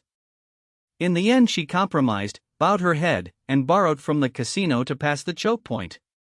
If only my probability gift were higher. If I drew one precious jade today, I could clear the debt and breeze through. After pushing her total wagers to 1 million, she finally exhaled a long breath. Chapter 70, Gambling in the Mansion 3. To-Han reasoned that with the casino's loan of 1 million she could endure the first day, yet the real problem would arrive after 9 more days. 8 eliminated players either lost blindly and let emotions explode into violence, or grew arrogant thinking cheating would go unnoticed and were caught on the spot. She shook her head, stopped overthinking, and went straight to the dining hall on the 3rd floor. The buffet hall was busy with players eating. Many wore gloomy faces and the air felt heavy. Calmly, To-Han took food and ate alone. If the total turnover had already exceeded 15 million she could lend a hand. But for now she could barely keep herself afloat, let alone help others. Probability is still probability, and everything remains unknown. So she declined without hesitation. Sorry, I can't help. Disappointment flashed in the young woman's eyes and she said nothing more. Accepting help is kindness, and refusing gives no grounds for blame. Before being sure of passing the round, not meddling in others' affairs is human nature. The girl had only wanted to try her luck and asked casually. Pardon me for the bother. She left. To-Han found her polite and would have helped if she could. But she herself was in trouble now. She sighed softly and kept eating. After dinner she returned to her room and found the bathroom stocked with fragrant soap, toothpaste and body wash. She mused that poverty makes survival truly hard. Soon she flopped onto the bed and drifted into a sweet dream. At dawn she rose very early. After soy milk and fried dough from the buffet, she headed for the casino. Toe a cap meant shoving all chips in. She looked at Chengdu and thought, "Sir, could you be modest? In a sea of people you are the brightest beacon." Yet a glance around showed no other players nearby. She realized that with no audience there was no need to hide. The dealer rubbed his forehead, face ashen. He clenched his teeth and decided, fold. It was a duel between two. A house bowed out and thus Chengdu won automatically. He tossed his cards and happily scooped chips into his bag. Tohan walked over and asked offhand, "Pulled an all-nighter?" "Yes. The casino runs 24 hours, so I win when it is quiet." There were others at first, but by around 4 to 5 in the morning they gave up and returned to sleep. "How is your progress?" "Capital 5 million, turnover 10 million. Tohan fell silent. In other words, he could finish any time he wished. He likely delayed the win to avoid attention. Even after a night of focus, Chengdu looked tired. He drawled, "I will grab some sleep, talk later." Go." As he left, Tohan moved to the dice table and began placing 50,000, then another 50,000, steadily pushing turnover upward. Since big and small pay the same, she bet freely. She only avoided the triple. Her only aim now was to hit 15 million before funds ran out. Each dice round took about 4 to 5 minutes, and a win rate around 55% was not suited to burning cash too fast. Games cycled quickly. As the sun rose, the second floor filled. She sank into her own rhythm, tirelessly stacking turnover. "Place your bets." The dealer shouted for the many th time. She put it on big without thinking. As soon as she set chips down, several players beside her followed on big. She pinched her lashes and instantly understood, if you cannot gamble then follow one who can. But her method was not something everyone could copy. She kept a cool face as if noticing nothing. The tailing crowd exhaled in relief. If the leader stays, all is negotiable. 556, big, announced the dealer. Joy showed on some faces. In the next round she played hard, losing little and winning more, dragging quite a few into profit. Someone whispered, "Why does the girl ace bet only 5 chips each time? Bet more and win more." Who cares, a win is a win. She is a girl so timid, if I had her skill I would go all out to make a fortune. Mind your own stack, with her strength her turnover will surely hit 15 million, worry about yourself. True. Tohan ignored them and kept her plan. She bet big but the dice showed 233, small. She bet big but 666, triple six. She bet big but 113, small. She bet big but 223, small. She bet big but 133, small. 5 losses in a row turned followers pale. Some lips went white and hands trembled. The 6th round rolled 445, big. The 7th round rolled 456, big. The 8th round rolled 336, big. The 9th round rolled 256, big.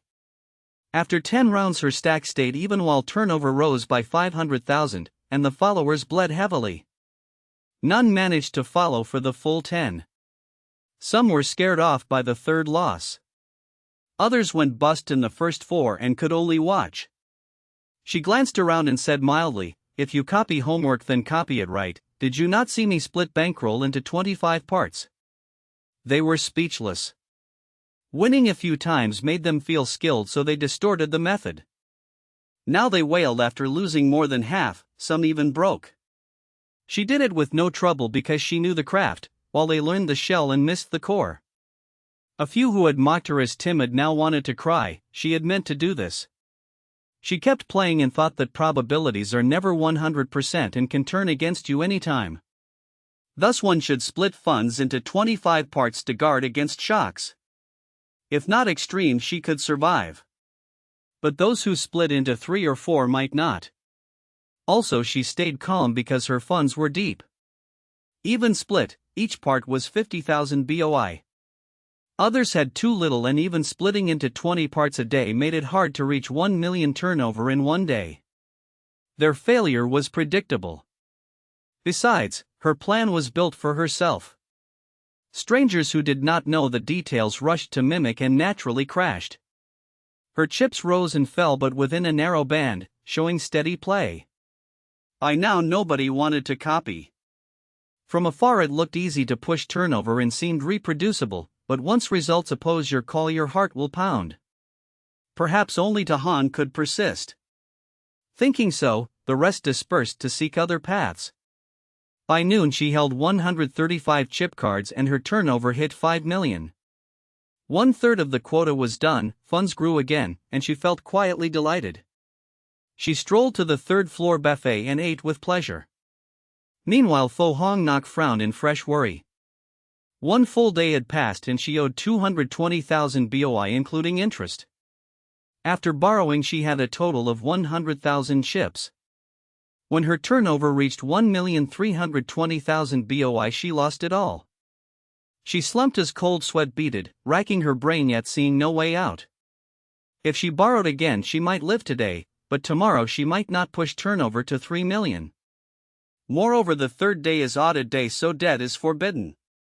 After a quick tally panic surged, unless tomorrow her talent luck triggers and she gains a precious jade of high grade she will be eliminated. Entrusting victory to foggy luck made her feel the helplessness rising from the depths of her heart. Chapter 71, Gambling in the Mansion 4. On the 2nd day, the number of players who could not endure clearly increased. Tahan thought that Chengdu could win with a casual round, yet he did not act, and a swarm of thoughts flashed through her mind. She finally shook her head, ate her fill, and returned to her room. She had not escaped danger and had no time to mind others' lives. On the 3rd day, the battle grew fiercer. After breakfast she went to the 2nd floor to start a new workday. To her surprise, more than 20 people were still gambling non-stop. Their eyes were red and hair messy, they had obviously played all night. Place your bets, hands off. The dealer barked, lifted the shaker, and announced 2, 2, 2, 3 twos, win both big and small. Joy and sorrow erupted at once. Ha ha ha ha ha ha ha ha. One who hit 3 twos laughed wildly, his face out of control with ecstasy. Another turned ashen, a face on the verge of bankruptcy. Tahan sighed, winners stand in heaven and losers fall into hell, that is gambling. Can you lend me some money? The near bankrupt muttered, once I turn the tide I will pay you back. No no no. The winner waved as if shooing a fly, I worry my own capital is short, how could I lend you, and if you borrow can you repay, what is your guarantee? The borrower was speechless. Hatred flickered in his eyes. She could not help but sigh again. For rich players the situation might look fine, yet no one can guarantee passage, so more chips are always better. For the ruined one, chips mean the only chance. The other clearly had hundreds of thousands yet refused tens of thousands, that was miserly. If he did lend, 10 or more might come to borrow, which he would not welcome. Each side held its own position and quietly forged mortal enmity. But what then? Today was audit day, debtors and those who missed quotas would be knocked out, and fighting was forbidden in the casino, so anger had to be swallowed. Just then the near bankrupt pulled high-energy explosives and locked his arms around the target. A few seconds later the blast thundered, the shock spread, and several people vanished at once. Sparks sprayed everywhere. Nearby wood caught and flared up quickly. Only then did staff, guards, and dealers snap awake to douse flames and keep order, spinning in frantic work. Checking her panel, Tahan had only 63% stamina left, and she secretly marveled. How much explosive did he use to make such power? She wore chest armor and her stamina cap was very high, yet she still lost 37%. Looking around she found 7 or 8 innocents turned into white light, and 14 or 15 others stood bleeding and shivering. After this people realized guards could not truly protect them. If a player stockpiled explosives, he could erase a target right before NPCs. With that thought, their pupils shrank, shock flashed, and they quickly dispersed. The black-suited manager hurried over. After confirming the facts, he declared, "Contestants, please leave the second floor first. Once cleanup is done, the second floor will reopen. The exact time will be broadcast." Not wishing to linger, Tohan turned and left. In the third-floor buffet, Chengdu was enjoying a rich breakfast. In the crowd, she easily spotted her teammate, approached, and recounted the accident. Self-detonation. Chengdu frowned. He looked annoyed. "If you do not want to lend funds, you still have to refuse." They exchanged a glance and instantly understood. On audit day they would hide in their rooms, others could not enter, no one could ask to borrow, no requests meant no refusals and less hatred. "How is the progress?" he asked. 135 chips, total wagers about 5 million, she said, biting a bun. "Go rest, nap a bit, we only appear at 5 in the afternoon." I think so too," he replied. They left quietly and holed up in their rooms. The precious great jade was still not obtained. Fo Hong Nok's heart turned to ashes. In her view, that was no different from elimination. At times a loser in the casino would cause trouble, trying to drag others down before being out. She walked straight ahead without a glance. Losing is losing, no need to stain one's character. Once confirmed knocked out, she instead grew brazen. At exactly 5 in the afternoon, the broadcast said, "On the third match day, 362 eliminated, 138 contestants remain, current winners are 0. While waiting inside, she kept hearing noise outside as if the fighting never paused. Then the long silent system voice suddenly rang, "Gambling Mansion G78 has 428 players remaining and 470 NPCs. Tahan froze. What happened? Why did the system differ from the broadcast? Where was 138, and what was 428?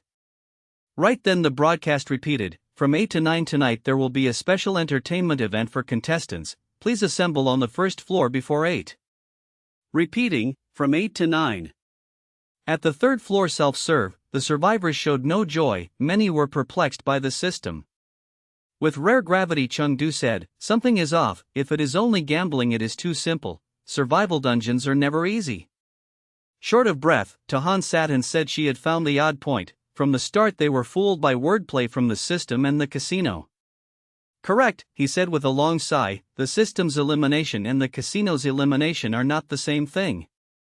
By the system, after surviving 10 days a player who meets clearance may request to leave at any time, but if one survives fewer than 10 days and stamina hits 0, the qualification is lost. By the casino, welcome to Gamble in the Mansion, those who leave without leave, those in debt on audit day, and those who use force are eliminated, and that elimination only means being knocked out of the gambling game." People assumed the knocked out were dragged away and beaten to death, yet in truth they were taken to other games. As long as stamina was not 0, they still lived. So 138 contestants remain while 428 players remain. The missing 290 are the gamblers who lost and were taken to other games. "Right, we blundered."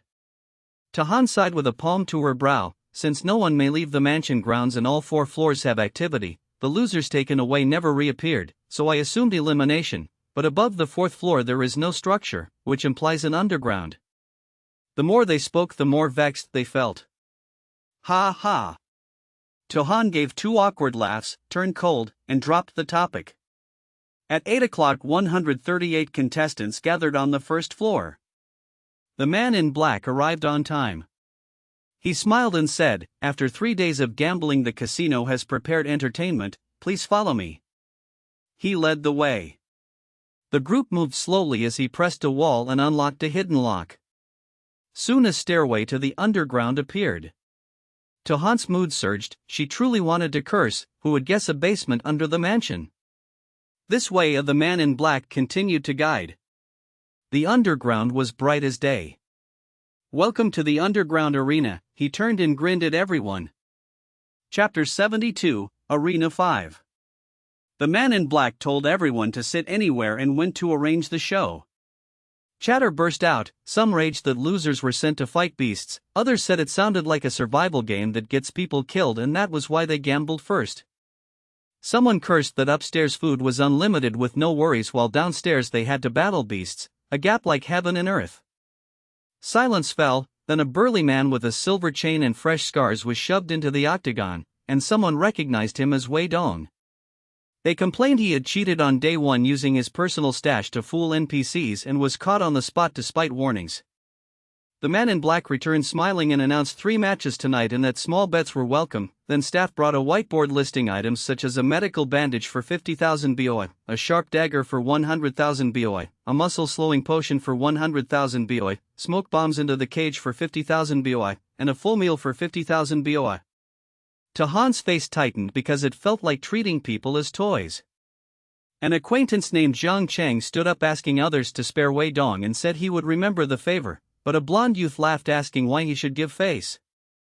The blonde wanted to add a gray wolf to make it fun and tossed 10 chips of 10,000 each onto the tray.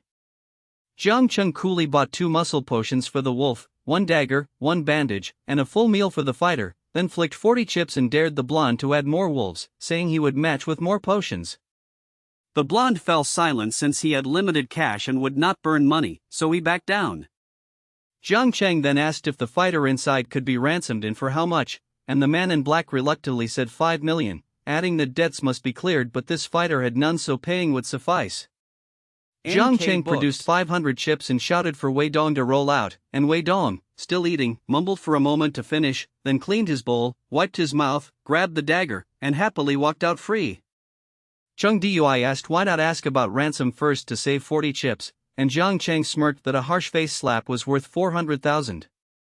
The blonde gnashed his teeth. Zhang Cheng pointed and said he would remember him. The blonde replied no violence allowed and tried to stay calm, and Zhang Cheng muttered wait and see while the blonde prayed it was only talk.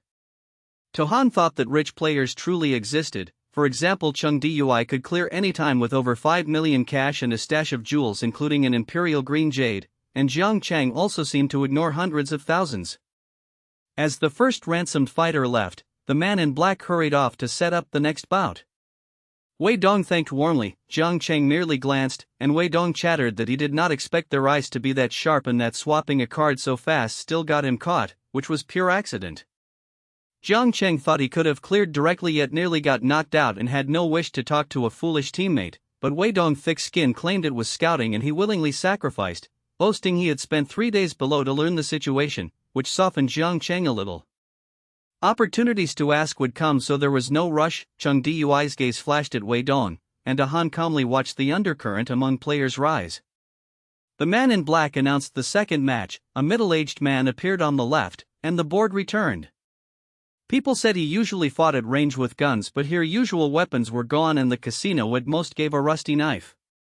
Wei Dong spoke loudly even when whispering that below they fought starving beasts daily for food. The food was poor rice with leaves and scraps, there was no drink, and portions were meager.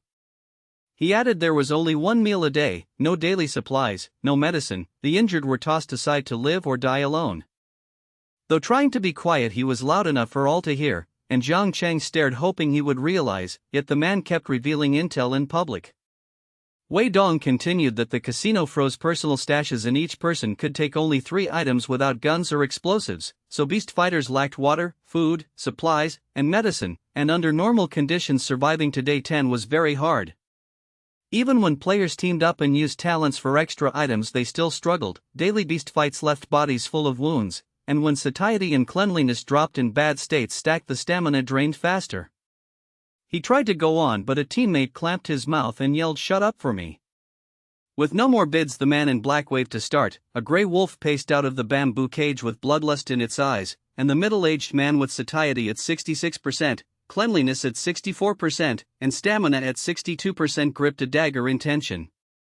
Forced from guns to melee he could not adapt fast, he held his breath waiting for the wolf to strike first. The beast edged in to test then slashed his thigh artery so he went pale and had to answer hard, stabbing the neck and sawing the throat. The wolf howled, bloodlust ignited, and it bit his neck. The fight turned brutal and the iron scent spread. The wolf fell first and turned to white light, while the man also collapsed and lay dying. Zhang Cheng glanced and stayed silent all the same. Chapter 73, Arena 6. The man in black left again to arrange the third contest. The place fell utterly silent with only faint breaths now and then. Tahan suddenly realized the players' situation had become delicate. The lucky contestants had not yet been thrown into beast fights, yet they might still fall into the abyss later. At this moment they were fearful and uneasy beyond words.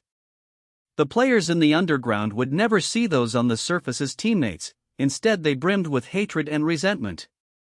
The casino staff were polite and friendly toward contestants, yet brutal and savage toward losers like devils. One side showed successful people tidy and elegant with leisure in their tone. The other side showed losers ragged and desperate, facing danger and death at any time. In a single day a total loss stripped the halo and turned success into failure. If a kind soul paid the debt in the 5 million ransom, a beast fighter might see the sun again. She thought too much and a headache rose. Soon the man in black returned and announced, "The third contest begins. Add 2 gray wolves and inject that woman with the muscle vial." A beer-bellied man snarled, "She has sticky fingers and almost stole all my chips." Remembering the middle-aged fighter's misery, the fat man trembled. Thus he disliked the thief who nearly emptied his wealth even more. A server brought a tray to collect chips and the fat man tossed out 30 chips without hesitation. The man in black clapped as a signal. At once the woman's right thigh was pumped with the muscle drug. Moments later 2 gray wolves appeared at the right of the octagon. After confirming no more buyers, the man in black waved his hand. In the next second both cage doors swung open. The woman's right leg stiffened and she could not move fast. One wolf bit the right thigh, one bit the neck, and another bit the right arm. The woman frantically swung a rusty dagger, guarding one side and losing the other. Soon the woman turned into white light. The others followed gloomily with heads down. Shocked too hard, many people were struck speechless. Back on the first floor the headcount was complete and the man in black departed. Almost at once Wei Dong was surrounded by a crowd. "What is it like below? Tell us a bit. What do you fight every day? Are they beasts? Which kinds exactly? With only 1 meal a day and no daily supplies, why do the players not unite and resist? If the casino refuses supplies, are those people not doomed to die?" Wei Dong was about to answer when Jiang Cheng stepped up and said, "Sorry, he just left the arena and is mentally exhausted. Please ask tomorrow, we will take our leave first." With that he pulled his teammates away. Many whispered behind them, "He must be dragging the kid back to brief him on what can be said and what cannot. That guy is too strict." At the same time Zhong Yu came to Tahan and spoke softly, "Care to talk?" The two returned to their room together. After entering and closing the door they kept silent for a long time. Each sank into thoughts not knowing where to start.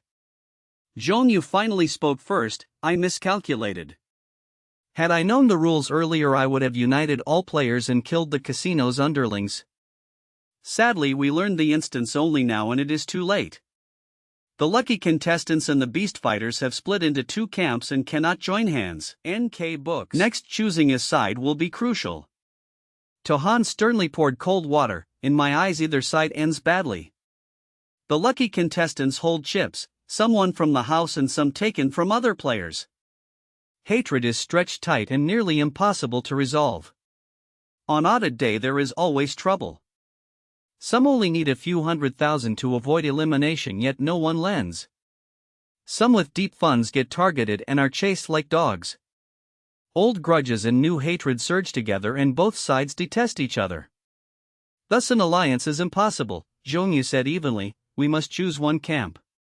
Tahan kept a straight face and said slowly, "As contestants we may face many who rise in revolt. As beast fighters we eat poorly and must rush to battle beasts. At times we are forced into matches to be toyed with by contestants. Worse still, beast fighters face 2 enemies, the contestants and the casino NPCs." Zhong Yu sighed, "Sometimes I want to win all chips from the lucky contestants to force them onto one side with no retreat." Tahan said nothing. "Do not think only of stirring trouble. Though both roads are harsh, there is still a choice. Besides, who knows whether rebels will fight each other, and who knows whether they will give their all. Compared to players, the casino NPCs have far more rules. The room fell quiet again and no one spoke for a long while. After a pause, Zhongyu asked, "And you, what do you think?" Tahan answered decisively, "Maintain the status quo and keep increasing total stakes. The lives of the underground players will be left to their fate." Her stance sounded firm, yet she had wavered before. Emotionally, she pitied the beast fighters for their misery. Rationally, she trusted NPCs more than the negative beast fighters. With NPCs nearby, life felt safer. After much hesitation, she decided not to risk her clearance just to save others, for this is a game where all survive by skill. Moreover, Tahan thought that the 500 players started on equal footing and none were thrown underground at the start. They played poorly and thus fell into today's plight. With that, she stood firm, remaining a contestant and siding with the NPCs. Tahan was surprised and asked, "Do you have another idea?"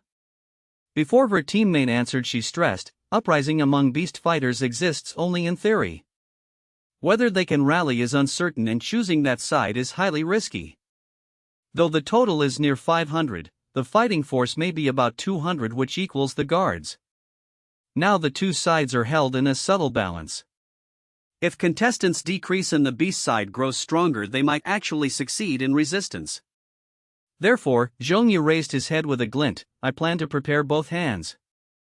Tahan's face cooled. "Do not tell me you plan to sneak into the underground." Zhongyu nodded, "Yes." Tahan held her forehead and muttered that living well is good, haha. Yet Zhongyu continued, "Before going down, I will give you 5 million chips. If those eliminated only lack gambling skill but have strong force and cohesion, I will join them and resist. If they are scattered and average in strength, then please pull me out." Did she hear wrong? Was he asking her to rescue him? Zhongyu said casually, "We have played several rounds together and that much trust should exist." For some reason Tahan's feelings surged, yet she held them down. To cover her awkwardness, she said stiffly, "This is not about trust.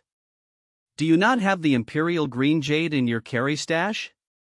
Even if I do not act, there is no rush." Zhongyu twitched and replied unconsciously, "I have it, yet I cannot use it." Tahan fell silent. To hide the awkward mood, she tossed a few teasing lines and the air grew even heavier. After a pause, Zhongyu added, "To hedge risks, I plan to go underground on the 10th day. That way, even if an incident occurs, I only fail to clear rather than lose my qualification." Tahan exhaled in relief at once. She was used to playing solo and disliked burdens on her back, whether trust, desire, or anything else. Unexpectedly, Zhongyu sighed beside her, "You stand with the contestants and I with the fighters, and both sides will have someone watching. That is great. If only one person stands on either side, they will feel constrained. With two people, it feels much better. Because you are my teammate, I can hand you 5 million to keep and feel at ease." Trusted like that, Tahan suddenly felt a mountain of pressure. The author inserted a playful aside as Tahan groaned, "I see you as an ordinary teammate, yet you." Zhongyu cut in, "As a lover. This is merely a joking skit and should not be taken as truth." Chapter 74, Arena 7. Alone in the room, she exhaled in relief, reached for pen and paper, and sketched out a new strategy. At first Tahan tallied her funds, and once she confirmed the plan was feasible, she stopped dwelling on it. She felt she could clear the stage already, so minor matters were not worth fretting over. Her money was ample, so she could wager freely, but the remaining lucky contestants might not have such finances. To avoid the contestants' camp being crazily weakened, she studied an effective way so that everyone could avoid elimination. After more than 1 hour of thought, Tahan finally found a method. She gave up chasing profit and switched to pure volume running, staking 20,000 each round, 10,000 on over and 10,000 on under. This way, as long as triple identical dice did not appear, the player would neither win nor lose. The chance of triple identical dice is about 6/6 to the third power, roughly 2.78%. In other words, over about 50 rounds 1 to 2 triples might occur, each time losing 20,000. Thus the loss risk could be controlled smoothly. She calculated further and found that with steady luck, 300,000 in funds would suffice to reach 15 million in turnover. With that, she sighed in relief and went to sleep in peace. Early on day 4, at the buffet on the third floor, contestants clustered in groups, exchanging gambling takeaways. After a night of thinking, they realized that any remaining lucky contestant who fell to the basement would face hatred and bullying from beast fighters. Therefore, helping one another through the hurdle became urgent. Tohan casually picked a group and, without fuss, began to popularize the clearance technique. The 5 listeners were stunned. The method was not hard to execute. Once all 5 understood, she turned to leave, planning to brief others next. "Wait." The chubby one called out. "What is it?" she asked. "The steps are simple. Do a quick calculation and you will see, I am not tricking you." "No," the chubby one pressed, "why tell us the technique for free?" He could not believe someone naive and kind still existed among players. "I think life is fine for now, and I do not wish the situation to spiral out of control." Hearing this, the 5 felt a chill of realization. Join forces against depression, so the game allows such a move after all. If you understand, hurry and spread the technique so every contestant can stay. With that, she hurried off to brief more groups. Many people rejoiced, truly a blessing to share a server with a top dog. The technique is shared freely, the top dog is so kind. Yet a few were deeply displeased. Zhang Tan kicked a chair, his mood so dark he wanted to fight. He had planned early, locking on the blonde man who opposed him. Either wiped the opponent's chips in one breath or hound him relentlessly so he had no time to gamble and could not meet the turnover. In short, he must push the man to the basement. Who knew that with Tahan's interference many contestants rushed to dice, the blonde man included. Zhang Tan was vexed and helpless. In this dice game, unless the dealer cheats or 1,500,000 in funds, the blonde man is almost sure to clear. Those who pay for fun hardly lack 500,000, and forces banned among contestants, so he could not drag the man out to teach a lesson. Realizing he could not punish the blonde, rage flared in him. On the bright side, perhaps this dungeon could be cleared. Even so, his heart was not appeased, anger still simmered. After getting the clearance cheat sheet, non-gamblers swarmed to dice to run volume toward the goal. If funds were short, they traded other items and gradually pushed their money above 500,000. At exactly 5 in the afternoon, the loudspeaker announced, Match Day 4, contestants remaining 139, current winners none. From 8 to 9 in the evening there will be a special entertainment event for contestants. Please gather on the first floor casino before 8. Repeating the notice. At 8 sharp, led by the men in black, the contestants descended again to the basement. This time those living quite well had different thoughts. Think carefully, beast fighters may well riot. Yes, I thought of it too. Bringing us here may be to make us spend heavily and take the chance to eliminate the beast fighters. We grind to earn by day and strive to spend by night, perhaps that is the game's true intent. Tohan. She had wanted to avert the worst, yet the others leapt straight to uprooting. The first bout began. Unlike the coolness yesterday, contestants burned with zeal, lavishly buying death items to knock out beast fighters. What is wrong? Seeing his teammate's pale face, Chengdu asked with concern. Tahan's tone held weariness. I can compute odds, but I do not understand hearts. It is a survival game, the longer you live the richer the reward. Others will gladly use the chance to remove rivals and push their ranking up. Chengdu said lightly, we refrain, but others will not. She fell silent. She knew this truth, yet when it unfolded before her, her mood tangled. Sensing her thought, he spoke calmly, we stand in different camps, so people use every means to weaken foes and seek victory, nothing more. Players once mingled as equals only because status was equal. When one side holds absolute advantage and bears no consequence, how many can keep their heart and not strike? Status far apart and camps opposed make conflict inevitable, do not overthink it. As he spoke, the first beast fighter turned into white light, and cheers erupted all around. Do not worry, no need to persuade me, I will regulate my emotions. She regained composure and said no more. He was about to comfort her, but at her words he fell silent and let it pass. When the event ended, the contestants returned to their rooms. Day 5 passed quietly, and that night 3 beast fighters were eliminated. A thin girl with tattered clothes appeared, clearly from the basement. My name is Fo Hong Nok, I just redeemed my freedom. The female player curled her lips, delight on her face. On day 6 luck finally arrived. She obtained a precious jade, paid off all debts, and still had 8 million left. Popping a piece of sushi into her mouth, Tohan calculated inwardly. Violence among contestants is banned, and violators are sent to the basement. In other words, if Fo Hong Nok coordinates inside and outside with those below, others have no way to stop it. Perhaps a melee of both sides could break out at any time. Yet in the next second, contestants warmly surrounded her. Maybe you have not eaten your fill these days, come enjoy good food. Welcome to the team. While you were away you missed the latest. A top dog shared a clearance technique with no strings. With only 500,000 you can meet 15 million in turnover. How about eating first, then wash up and rest, recover your energy, and we can talk slowly. Tohan. That was sugar-coated bullets indeed. Though burdened with a mission and resolve, after being assimilated by this warmth it was hard to keep her original intent unchanged. As for switching camps, she acted entirely natural, as if she had always been a contestant and had never suffered in the basement. At 5 in the afternoon the loudspeaker reported, Match Day 6, contestants remaining 140, current winners none. The system's mechanical voice followed, G78 Gambling Villa, the player's server, has 397 players and 470 non-player characters remaining. Since contestants did not decrease, the 31 who were gone were naturally beast fighters. At 8 in the evening the entertainment event began on time.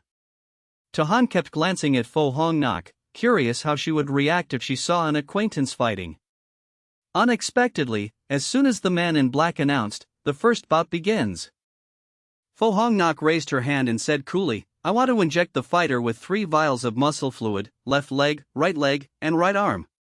Not only did she show no hesitation, she struck harder than ordinary players. Everyone was shocked and stared in disbelief. A fierce glint flashed in her eyes as she said with rancor, down in the basement many bullied me. They snatched my food, stole my water, and attacked me with malice. Now I await my day of revenge. In that moment she was like a darkened heroine returning to slap faces, both cathartic and thrilling. People suddenly understood. All knew she had redeemed herself and had plenty of money. Since she was willing to spend a week in the beast fighters' camp, everyone was pleased. The author speaks his mind. Noidon, where would I find 5.4 million? I cannot pay, so I will not. Zhang Tan rolled his eyes. Noidon, fine, I choose to sell myself as a bodyguard. I will earn money for the family and you will be the hard fist. Chapter 75, Arena 8. On the 7th day the entertainment changed to 2 beast fighters in a PK duel, with a total of 3 matches, 2 lucky survivors, 3 dead, and 1 person saved by Fo Hong Nok. Chu Nam once trained in freestyle wrestling, his skills are sharp, he helped me before. Fo Hong Nok briefly introduced the newcomer joining their side. That same day someone in the beast fighter camp scraped together the ransom, redeemed himself, and left the basement. On the 8th day there were 6 beast fighters in total, 1 lucky survivor, 4 dead, and 1 picked by Zhang Tan. Zhang Tan bargained for a long time, finally reached an agreement, then rescued the person. On the 9th day at exactly 5 in the afternoon the loudspeaker announced, there are 143 contestants remaining, with 76 current winners. The first bold pioneer stepped up, found that becoming a winner caused no abnormality, so the contestants calmly raised the total stake to 15 million. The system's mechanical voice stated, G78 Gambling Villa, the player's server, still has 345 players and 460 NPCs. In other words, 202 beast fighters remained. The contestants' camp had 143 people plus nearly 200 combat NPCs ready to help at any time, while the Beastfighter camp had 202 people in normal condition with very few supplies. Clearly the contestants held an absolute advantage. After 8 in the evening, the 3 bouts ended with 2 lucky survivors and 4 deaths. Han was bewildered. After handing over the 5 million chips she kept, on the 10th day the little teammate would blend into the enemy camp. Chengdu spoke softly, "All high-ability people should step out. When numbers are not in our favor, why would I sneak in?" Thus the Beastfighter's side grew weaker and lost its threat. When forces are equal, it is hard to decide a winner, so a retreat route is needed just in case. When one side is strong and the other weak, just wait with the stronger side and sit for victory. So Chengdu changed his mind without hesitation. Han grumbled inwardly, "Who knows what he is thinking? Normal people would not actively sneak into the basement." When the bouts ended, the man in black was about to escort contestants back when Chengdu stopped him. "I want to ask if tomorrow's entertainment will be different." Chengdu pouted, looking bored to death. "Two-man PK is boring now. If there is no better show, I will not come tomorrow." Perhaps out of respect for his completed quota, the man in black smiled and uttered 10 words, "6-man melee, only 2 lucky survivors allowed." Chengdu tightened inside yet showed clear satisfaction on his face. "Sounds fun, I cannot wait to watch." "Then please wait for the 8 p.m. match tomorrow," the man in black replied with a smile. Chengdu stepped aside. Once the man in black had gone some distance, his face turned serious and he muttered, "Take 2 from 6, stocking ratio is 33.3%. The elimination rate was very high and survival was hard. Moreover, tomorrow was the 10th day, players could freely leave the dungeon, which was like a death immunity token. So some people would become restless. In other words, the chance of the Beastfighter camp making trouble on day 10 was high. Glancing at the little teammate, he warned quietly, "Be careful tomorrow." Chengdu could not help finding it funny. Lac Dan held his breath and nestled quietly in a corner. Not far away, a tall gray wolf watched him, eyes greedy as if he were prey. The man and the wolf faced off as if the scene had paused. Lac Dan was patient and waited in silence. After a long while, the gray wolf could not help it and lunged, baring sharp fangs. Lac Dan dropped with the momentum and slammed the wolf down face first. As the wolf saw stars, he whipped out a dagger and struck weak points like the eyes, the neck, and the belly. A howl rang out. Lac Dan wiped sweat from his brow and smiled. Life in the arena was bitter, but not without gains. Compared to when he entered the dungeon, his ability to handle enemies had surged with great progress. After the gray wolf vanished, today's training ended. A subordinate opened the cage and led him back to the resting room. Though called a resting room, it was in truth a tiny space of 10 square meters. Inside were only 2 single beds, yet 6 people lived there. Seeing him return, the man on the left bed frowned and said, "Quick moves. Still not as good as you." Lac Dan felt a bit regretful. "Think about how many years I trained versus how many you trained." The bald man lay with legs crossed, utterly relaxed as if on vacation. Lac Dan fell silent. After the fighters were brought in, a subordinate tossed a small money pouch and said, "Today's stipend." Lac Dan caught it, weighed it, and found it like before, then sighed. Before entering the arena for 3 days, they were fed once a day, had no daily necessities, and had to fight many kinds of beasts just to survive. If they lived more than 3 days, they were labeled eligible and treatment slightly improved. They still fought beasts daily, but after victory they received a small pouch with 10 chips, each chip worth 1,000.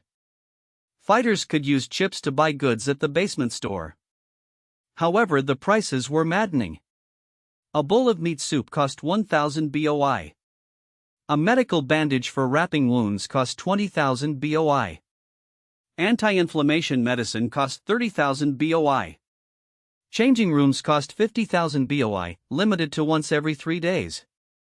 The biggest pit was that the sky-high medicines were limited goods and had to be rushed to purchase.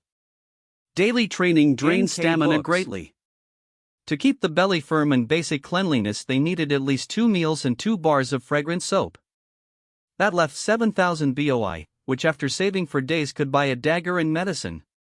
100,000 BOI was enough to live comfortably in the arena for a while, yet the death rate in beast fights was very high and survival was not easy. At some point the staff had left.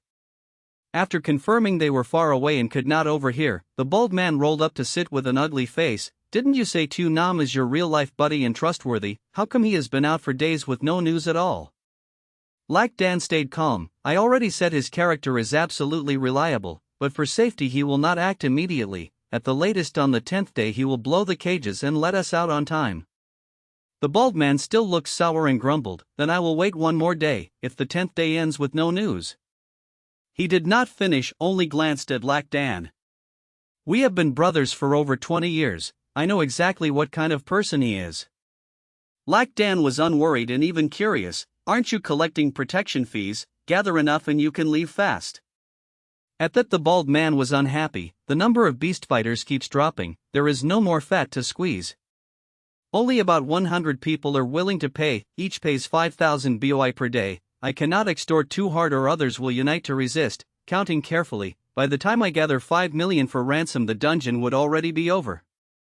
It is strange though, are those upstairs cheating together? How come for days no one has come down? That is abnormal. With no new blood and current fighters dying, even rebellion lacks manpower. There are clearly masters upstairs. Lac Dan said coolly, no contestants come down while fighters who punch well are taken away, and the upstairs side has great strength and excellent command. He paused and sighed, honestly I do not support rebellion. Ha! The bald man sneered without changing expression, I heard that on day 10 it is a 6-man melee, you cannot stop until 2 are dead. If the other 5 join hands and contestants buy gear, even I cannot guarantee to last to the end. Instead of sitting to die we should strike first and gamble once. After beast versus beast and player versus player in 6-man melee, next will be a 10-man melee with only one lucky survivor, right? Legend says people put all kinds of poisonous bugs in a barrel to fight, until the last strongest one remains and becomes the Goo King.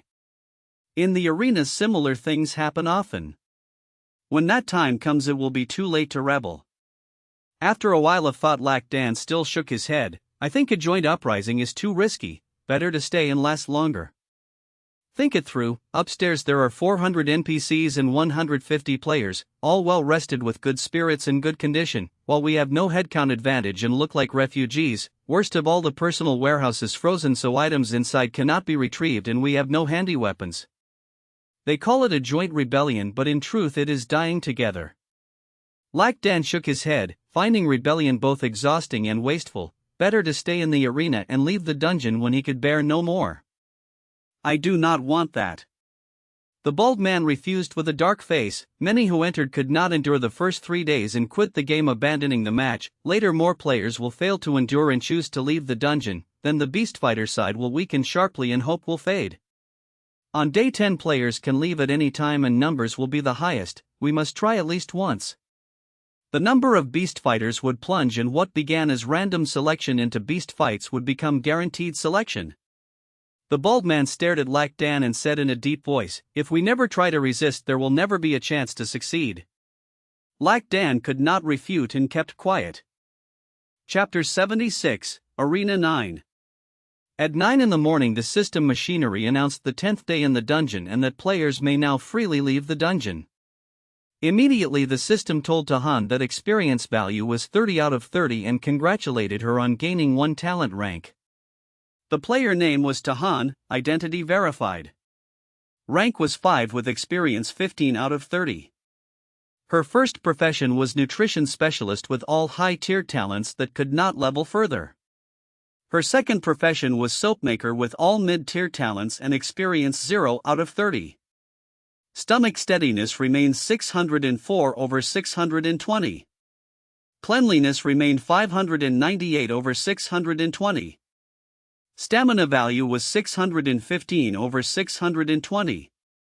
The mid-tier talent skill stated that in the dungeon each day there was a 45% chance to receive 2 handmade fragrance soaps, a 10% chance to receive 3 handmade fragrance soaps plus 2 clove soaps, and a 1% chance to receive a precious fragrance soap. After acquiring the second profession, the rank and experience values were no longer zero, so both needed leveling. It was clear that when talents leveled, the stomach steadiness, cleanliness, and stamina would not automatically fully restore. Reading the talent explanation made Tahan very pleased because the step to self-leveling was one step closer. She checked her personal inventory. Recently the casino provided food and lodging, so she had stocked black bread, butter rice floss bread, chocolate cake, handmade fragrance soaps, and clove soap cakes. Moments later the system hint reported that Casino G78 server had 298 players remaining and 456 NPCs. Tahan looked pensive, unsure how many of those were contestants, and thought the loudspeaker at night would reveal the count. At that moment a loud explosion thundered. Tahan felt an earthquake-like tremor as though the villa would collapse. Her face darkened as she murmured that arena contestants were truly calculating. He had preset timed explosives, only waiting for the system announcement to act. Security was hunting and any discovery would be executed. The system announced again that there were contestants on the first floor. Tahan reflected that the casino had no intention of tolerating those who seriously disrupted order. She wondered who did it and considered names she knew. In fact, she was not overly anxious because, judging by the situation, it was not yet severe. She wondered how many timed explosives a person could hold, since integrals were usually for stocking necessities and not much remained. But then the third floor dining hall detonated with force far beyond a timed explosive. Tahan fell unconscious, and when she lifted her head she found her stamina at only 72%, and she was furious that someone had bought high-energy explosives. Then she realized breakfast hour had many contestants training in the dining hall and disruptions could happen anytime, likely involving more than one person. Thinking so, she stopped and ran swiftly to the first floor to help open the breached door and free the arena players. In the casino on the first floor, Fo Hong Nok was stunned and scared to see the suspected bomber. Tu Nam apologized for dragging her down and explained he had many friends in the underground and had to act to save them. Fo Hong Nok suspected he approached to exploit her money talent. Tu Nam denied it. Fo Hong Nok angrily drew a gun and fired 4 shots in rapid succession, almost without thought. The distance was so close and the rate so fast that Tu Nam could not react and was hit in the heart, the neck, the abdomen, and finally the center of the chest. Tu Nam's eyes widened, but his stamina had been low and he turned into white light before he could request exit from the system. Fo Hong Nok holstered her gun and calmly stated she had won shooting contests and that out of 10 shots at least 9 hit the bullseye, explaining early gambling stages did not use firearms and later the arena banned hot weapons, so her skill seemed particularly sharp. When Tu Nam died from being shot by Fo Hong Nok, the black-clothed NPCs appeared immediately, and upon confirming the culprit they thanked Fo Hong Nok and offered 10,000 chips for her to accept. No one refuses a lot of money, so she accepted the chips without formality. At that moment a loud explosion came again from the third floor. The small NPC brothers followed closely behind. Tu Nam had tricked her down but had not left because the incident on the third floor was not his masterpiece. In a corner on the first floor, Thoing Nguyen Kang hid and smirked when he saw the black-clothed men hurry away. He and 2 small teammates had initially lost all their chips because they were not used to gambling. One teammate had the merchant jewel talent, but precious jewels had been taken in the previous dungeon trade, so there was no stock. Other gems were plentiful but pawn value was low and could not support 3 people. They thought the 3 would die in the arena, but the small teammate used a talent to obtain a ruby dove gem of 50 carats and after debt repayment could only save 1 person. That teammate graciously gave the chance and argued that his grenade man profession would be useless underground and better served by returning to the surface to blow the arena door. Thoing Nguyen Kang was moved and vowed to save his teammate, so when the system announced the 10th day and players could leave the dungeon, he acted urgently. Causing chaos allowed him to move while attention was drawn to the first floor. Thus unnoticed he detonated the third floor cafeteria, then silently hid and went to the first floor. At the entrance to the stairs down to the underground only Fo Hong Nok remained. Thoing Nguyen Kang approached and quickly told her the first floor was full of timed explosives and that if shots were fired she would die as well. Fo Hong Nok could not believe anyone stocked so many timed explosives. The high-grade Grenade Man talent in the dungeon had a 60% chance each day to drop a bundle of timed explosives, a 15% chance to drop a bundle plus a high-energy explosive, and a 2% chance to drop 3 high-energy explosive packs, leaving Fo Hong Nok speechless. Foing Wing Kang urged her not to dawdle and to leave. As she retreated and neared a turn, she spun and ran. Foing Wing Kang detonated the stairs down to the underground on the first floor. Fo Hong Nok warned gravely that the area was full of timed explosives and anyone who approached would die. Tahan said nothing.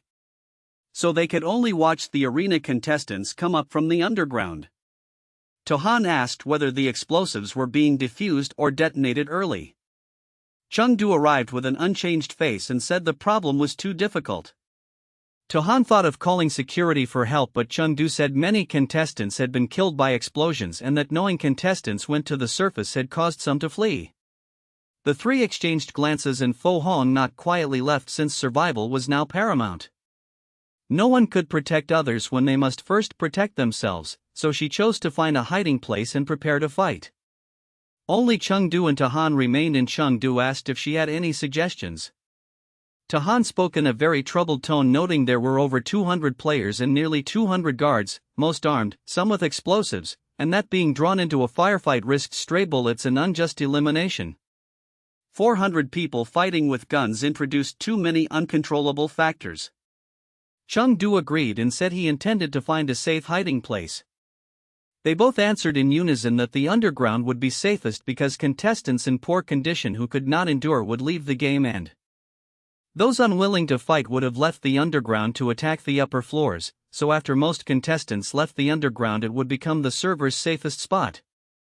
Now only one issue remained, Chengdu said slowly, whether the personal inventory of a player who actively entered the arena but was not eliminated would be frozen.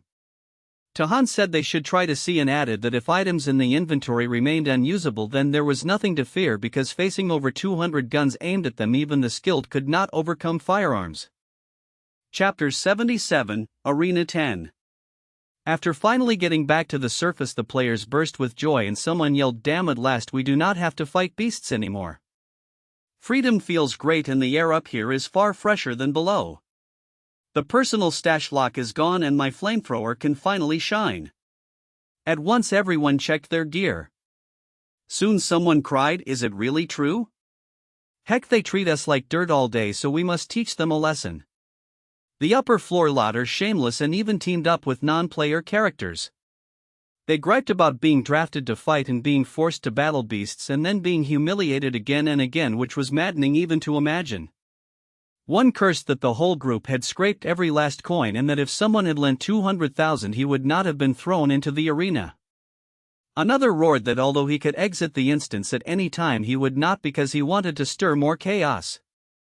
The crowd grew angrier and broke into small squads to seek revenge.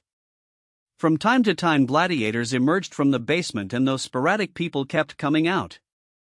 Tahan wondered why security had not rushed in when gunfire and booming blasts already thundered upstairs like a New Year's celebration. Chengdu moved his lips without sound and mouthed, "The free-for-all has begun." Tahan stayed silent. She suddenly thought of Voing Wing Kang and arched a brow. Before she could think further he slipped into a corner and gathered a pile of timed explosives. He counted from 1 to 14 then 15, which made Tahan blanch at how many charges had been stashed here. Luckily he did not notice someone hiding nearby. After reclaiming all the timers he left with his friend. About half an hour later no one came out for 5 straight minutes. The two watched, then confirmed the coast was clear and slid into the basement. They moved ahead and quickly found an empty room. Tahan opened her personal stash and was glad to see everything intact. From this she inferred that contestants who enter the arena by choice do not have their items frozen. Chengdu asked, "Any issue?" Tahan said, "Did you not spend 5 million to save a player and now you just leave him?" Chengdu answered casually, "It was a trade, I saved him and he handed me all his bullets. He has a knack that gathers common rounds and had stored over 100 pieces, so with any gun they work. I ran the numbers and the deal barely profits, so I agreed." Tahan was speechless. She sighed because her teammate always plays with huge sums and the only worry is whether the stash can hold it. On the fourth floor a fierce firefight raged and the gunshots kept cracking. Jiang Cheng hugged the wall and refused to poke out his head. Wei Dong shot a helpless glance at his teammate, then suddenly exposed half his body to snipe with a pistol. His aim was superb, so every trigger pull hit and misses were rare. In moments the pursuers fell. Only one sensed danger and asked the system to exit the instant, so he survived. Wei Dong drawled, "How about it, this bodyguard is not bad, right?" At a bend on the second floor, Fo Hong Nok narrowed her eyes because about 3 meters away a slit-eyed man who once bullied her was lurking. She kept a cold face and swapped a fresh magazine since it was time to make him pay dearly. Yet his 4 partners were trouble, so she shifted her plan. The slit-eyed man still did not see death coming and jeered, "Where did you run to?" Suddenly a 5-guard squad rushed up and shouted, "Hands up, surrender and return to the arena or we open fire." Someone barked that only a fool would go back. Another yelled that if you shoot then we also shoot. A third taunted, 5 on 5, who will lose? As soon as words ended, the players attacked first. The non-player characters fired back without hesitation. Fo Hong Nok watched coolly and kept an eye on the slit-eyed man's stamina values. She ticked off 71%, then 66, then 62, then 57. With forces roughly even, the players still held the edge. The non-player side spewed heavy fire, but their stamina was clearly low. Usually after taking 3 or 4 hits they turned into white light and vanished. Thus even with only 3 guns the players won. Soon the guard team was wiped out. The slit-eyed man laughed loudly and bragged, "In the arena I did not draw my weapon, so you bullied me, but in a real fight I leave you blocks behind." Before the boast could finish, 3 bullets flashed out, 1 at his brow, 1 at his heart, and 1 at his neck. The shots were so fast that they struck at once. He stared wide-eyed in disbelief and turned into white light. His teammates snapped awake and shouted that someone was hiding over there, then rushed to check. Fo Hong Nok remained calm because she knew his stamina had only 23% left and a hit meant death. At a fire door a blonde youth was chased like a dog by 3 players. He wanted to fight back but had no gun in hand. If he asked to leave now he would feel unwilling. Right then Wei Dong and Jiang Cheng appeared before him. The blonde opened his mouth to beg, yet words failed. One glance told Jiang Cheng what had happened. He grinned wickedly and teased, "Beg me and I will save you." The blonde snarled and chose to quit the game and soon became a white beam. Jiang Cheng waved lazily and said, "Clean up the 3 over there." "No problem." Wei Dong replied and raised his gun to fire. Shots rang and calm returned. None of this upstairs was known to Cheng Du and to Han. They sat quietly in the room and waited for day 15. Cheng Du said that as foolish as it not, and explained that firefights waste ammo, endanger life, prevent true rest, keep nerves taut, and may get one eliminated anytime, so holding out and then joining late is a terrible plan. Han gave a look that asked whether he seemed like a self-torment fan. Cheng Du fell silent, then summed up, "A wise man avoids the falling wall, and steering away from danger is the best policy." Han smiled because she thought the same. On day 11 the system prompted, "G78 Gambling Villa on the player server has 139 players and 206 non-player characters left."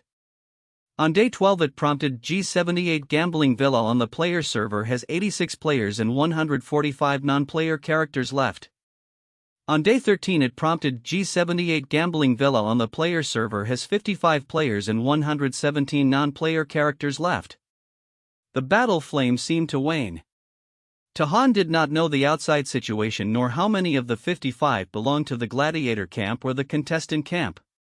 She calmly handed the fresh pork floss bread to Cheng Du while she munched a chocolate cake. Right then the system added, "When non-player characters outnumber players by over 2 to 1, the casino underlings reveal their true face, and from now on they will attack any player on sight." Cheng Du was dumbstruck. Han was also dumbstruck. She frowned and mused that so non-player characters do have strong principles. Cheng Du sighed, "So this is a shifting battle camp where enemies and allies keep changing. Had I known I would have started by butchering non-player characters." "Where are you going?" he asked in surprise. Tahan turned and smiled. Blow up the stairs to the first floor so the non-player characters cannot enter. Chengdu understood at once. Blocking the path meant they also could not go out yet. From another angle the non-player side would be stuck too. Besides, they were busy fighting players on the fourth floor and had no spare force to dig open a new route. The two agreed and fixed the plan. Chengdu wanted to use high-energy explosive, but Tahan pulled out 3 bundles of timed charges and pressed the trigger so the staircase collapsed immediately. From then the basement was fully cut off from the upper floors. After finishing they withdrew at once. On day 14 the system prompt read G78 gambling villa on the player server has 32 players and 65 non-player characters left. After so much fighting the stash ammo was near empty and without bullets she would lose combat power, so aside from quitting there was no other path. Yet she was unwilling because she had lasted to day 14, so clenching her teeth to endure one more day to claim the bonus reward was worth it.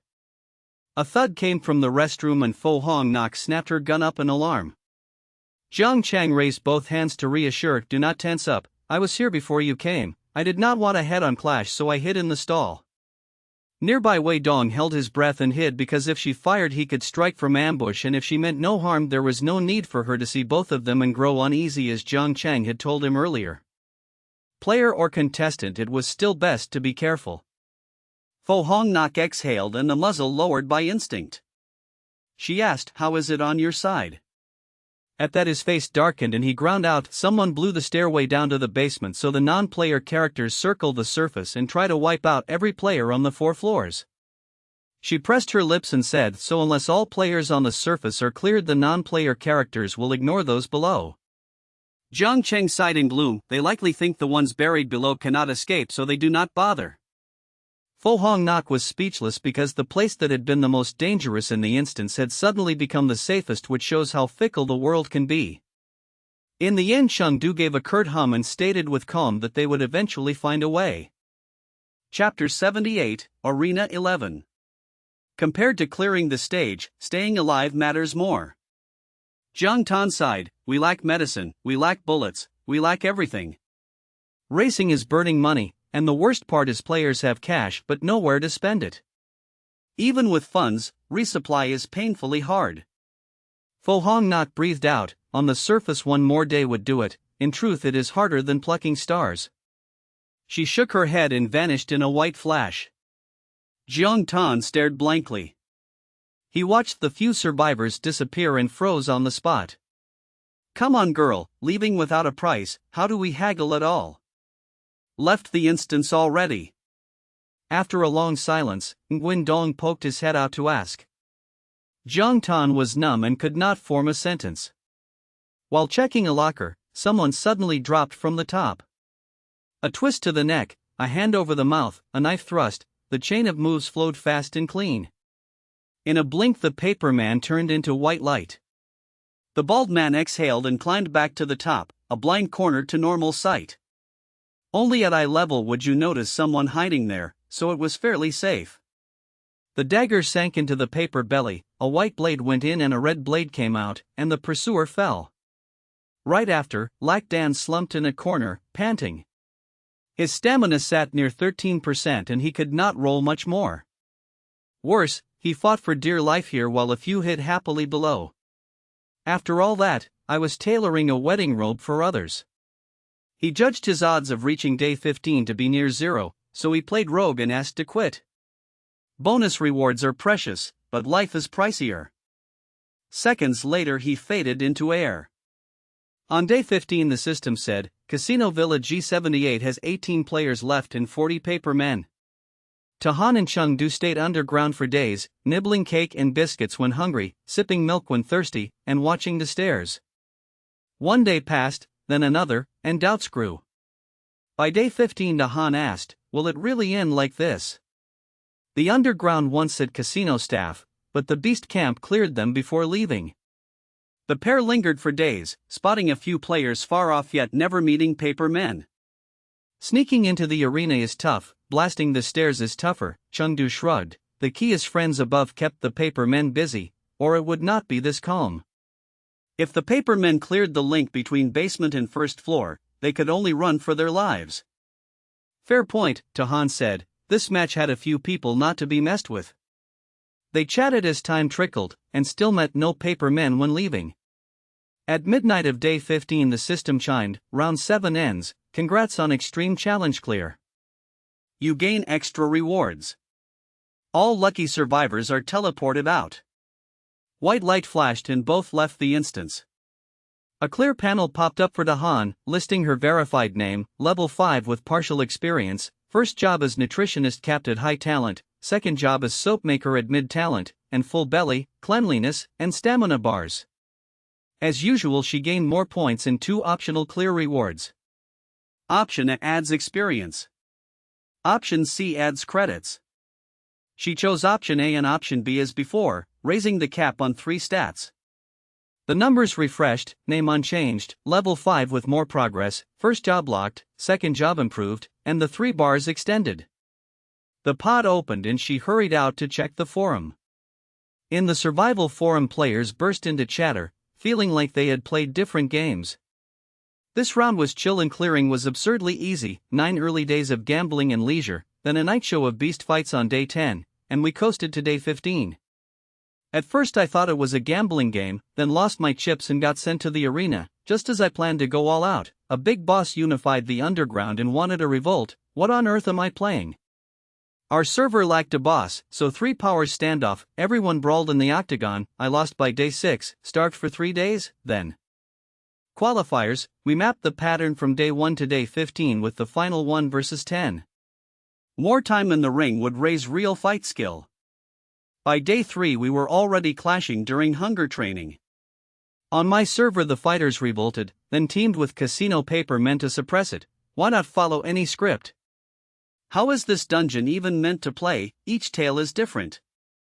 Games have no single answer. The stronger camp wins, like old palace schemes where any path to power could clear. You say the night show starts on day 10, ours began on day 5.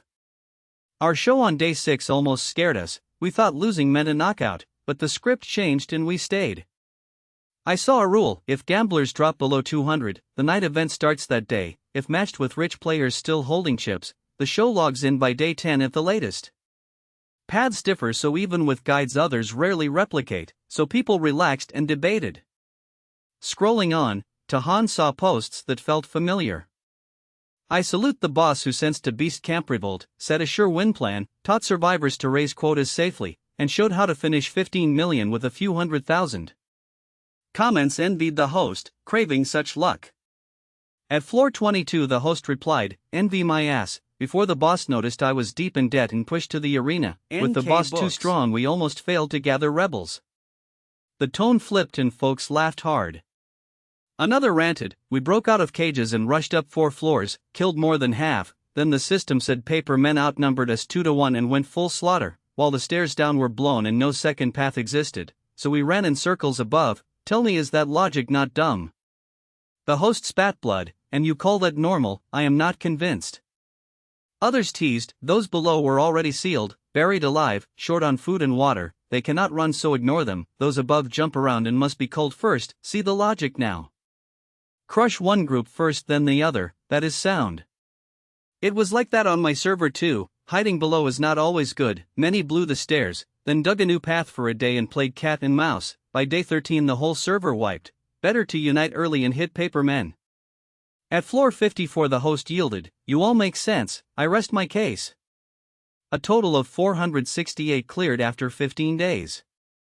Tohan mused that when the early phase is stable and the contestant camp holds clear advantage, the simple mode makes clearing easier. She pondered inside, the 7th dungeon has freedom set far too high. Chapter 79, Small Town by Rasai.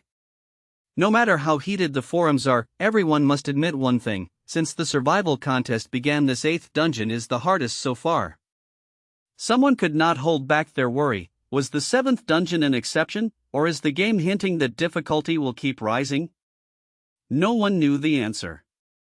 Many sighed, exception or not, I kneel to those who cleared 7 rounds without falling. I must concede, I lost this time. I only want to know the next setting, can I guess right once? People argued loudly with wild guesses. Yet their confidence was shaky, they joined the chatter just to cope. Tohan checked the numbers and mused, about 660,000 left. A day flashed by. Around 8 in the morning, she logged into the game pod and waited for the new round. The system chimed, "Welcome to the Infinite Survival game, you have 150 points. This round is the 8th dungeon, the shop works as normal, do you want to enter it?" The shop panel appeared, she checked and felt let down, the limited items were only 54 guns and standard bullets. She already had a Desert Eagle, no need for another gun. After a thought, Tohan bought 20 bullets to make a reserve of 50, the rest she spent on food and medicine. She closed the panel. The system asked, "Preparations complete, do you want to enter now?" She answered, "Yes." White light flashed and she vanished. A mild wind blew, the weather was cool and pleasant. She scanned the area while listening to the system. "This round's background contains a virus, please survive with all your strength." Note 1, after surviving 10 days you meet the clear condition and may exit any time. Note 2, if stamina reaches 0 the avatar dies and you lose eligibility. Note 3, the more days you survive the richer the rewards. Note 4, endure 15 days to gain a bonus reward, survivors will be teleported out after 15 days. Note 6, the game starts at 9 in the morning. Note 7, warning, reach Happy Square before 9 to attend a hygiene seminar, violators will be eliminated. The seventh note was red and oversized, painfully obvious. Tohan shivered, this was the first hard mandate from the system. Happy Square, huh? She muttered, asked a passerby for directions, and ran off. About 3 minutes later she arrived. A banner read, "Welcome to the Hygiene Knowledge Seminar." 100 chairs stood nearby, 10 per row and 10 rows. Seeing no one around, she chose the outer seat of the last row and waited. The more she thought the stranger it felt, unease pricked at her. Preparations finished, she sat calmly again. As time passed, more players rushed in and took seats with quiet suspicion. When half the chairs were filled, someone dragged the chair beside her and sat down. "Where were you, why so late?" she asked. "The supermarket, grabbing food and daily supplies." Chengdu smirked and analyzed, "In the shipwreck dungeon you cannot resupply in-game. In the deserted island dungeon, cleanliness rules are suspended. In the war prison dungeon, supplies are scarce and there is nowhere to buy. In the desert dungeon, travel also lacks supplies and resupply. If you find an oasis you can trade gold, salt, and spices, but amounts are limited. During the first 4 tiers the casino supplies daily items for free, but only enough for 1 day. Without a lucky chance, most items are consumables that only get scarcer." His smile deepened. "Guess how many players hoarded scented soap and body wash in the newbie dungeon?" "Whatever the count, none of my business." Tohan said coolly, "I just need to live hard, fight to live, and hold until others cannot, then I win." "Yes, yes, yes." Suddenly she asked, "And you, did you get a rocket launcher?" Chengdu's face stiffened then eased, he sighed with rare gloom, "Trusting the shop is worse than trusting luck to trigger a 1% chance." After his second class reached intermediate, his talent changed. In each dungeon per day there is a 45% chance to get 1 armor-piercing rocket, a 10% chance to also get 1 high-damage rocket, and a 1% chance to drop a precious weapon. He guessed the precious weapon was likely a rocket launcher. She once griped that second classes were unequal, but now she thought, power is useless if you cannot use it. "What do you think about the forced seminar?" he steered the topic. "Likely so," she replied. Around 8:57, most seats were taken with a few left. A professor in black suit and gold glasses, about 40, adjusted papers to start. "Hurry up already," one man urged, moving fast. "Why hurry, we are on time," the other strolled, unconcerned. After so long striving, he refused to be knocked out for a silly reason. "How could we be late?" the follower scoffed. "Then take your time, I am running ahead," the first snapped, half angry and half threatening. He dashed and found a seat before 9. A bit later the teammate arrived muttering, "See, still on time." The first man. The teammate's eyes bulged to argue, then he turned into white light. The first felt both angry and afraid, angry because his teammate ignored warnings and was knocked out for being late, afraid because if he had slowed down for honor he would have been out too. What a senseless loss. Around them whispers rose, someone really got eliminated for tardiness. Good grief, how did that brain survive? The system said before 9, why not arrive 5 or 10 minutes early, one careless move and you killed yourself. I am curious what could be more important than not getting eliminated. Normal people cannot understand that. On stage the professor began, I am Professor Tran. Today we discuss prevention and treatment of infectious diseases. An infectious disease is. Tahan drifted, not in the mood to listen. She sat but kept scanning for suspicious signs, yet the open space looked bare and normal. The professor lectured on. When a patient or carrier is found, send them early to an infectious hospital or to designated sites. To prevent spread, patients must avoid contact with healthy people and accept isolation. Tahan suddenly felt something off. The small town was facing a virus, a professor was teaching infection knowledge, and the system forced all players to attend. Was it too coincidental? She pondered. Sometime later the seminar ended. A rubber ball bounced to her foot. She looked up and saw a boy of about 7 or 8 beside her. She moved to pick up the ball when the boy hacked a tearing cough and covered his mouth. When he lowered his hand his face was pale, nails dark, and red threads marked his palm. The system voice sounded, a new virus has appeared in the small town with strong transmissibility. Healthy people within 5 meters of a patient have a chance to be infected. If the healthy person has an open wound the chance multiplies. Note 1, carriers show dry cough, blood sputum, and blackened fingertips as examples. Note 2, currently there is 1 patient. Note 3, as a new virus there is no cure, after infection the patient loses 60 stamina per day. Losing 60 stamina daily hit the players like a hammer. Now most ordinary players had not earned bonus rewards, by skill they were either close to level 4 or just reached level 4. In other words their stamina sat around 300 to 400. With minus 60 each day you must binge medicine to reach day 10, otherwise 7 days mean death. Thinking so, someone could not help it and sprinted away to distance. Chapter 80, The Small Town and the Virus, Part 2. To prevent the pathogen from spreading further, infectious patients should avoid contact with healthy people and voluntarily accept isolation. Because this is a novel virus, there is currently no specific treatment. For now there is only 1 confirmed patient. The air tightens like a drawn bow, and everyone strains to stay calm.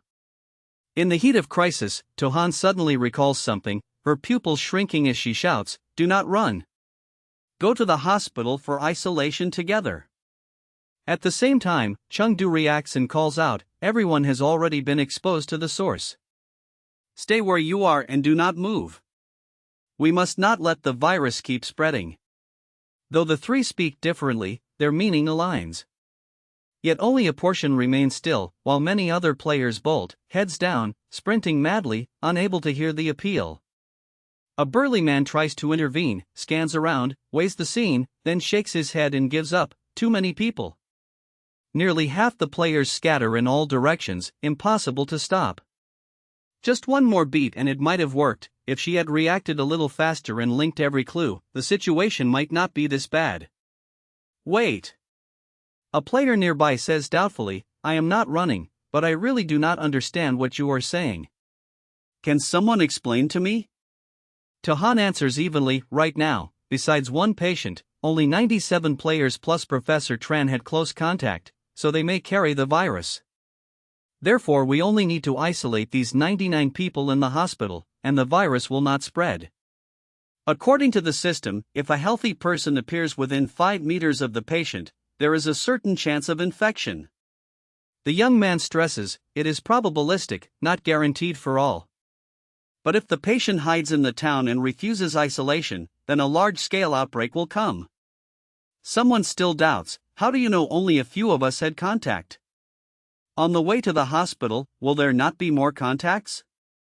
Right then, Chung-do approaches Professor Tran and asks softly, "Is the nearest hospital far?"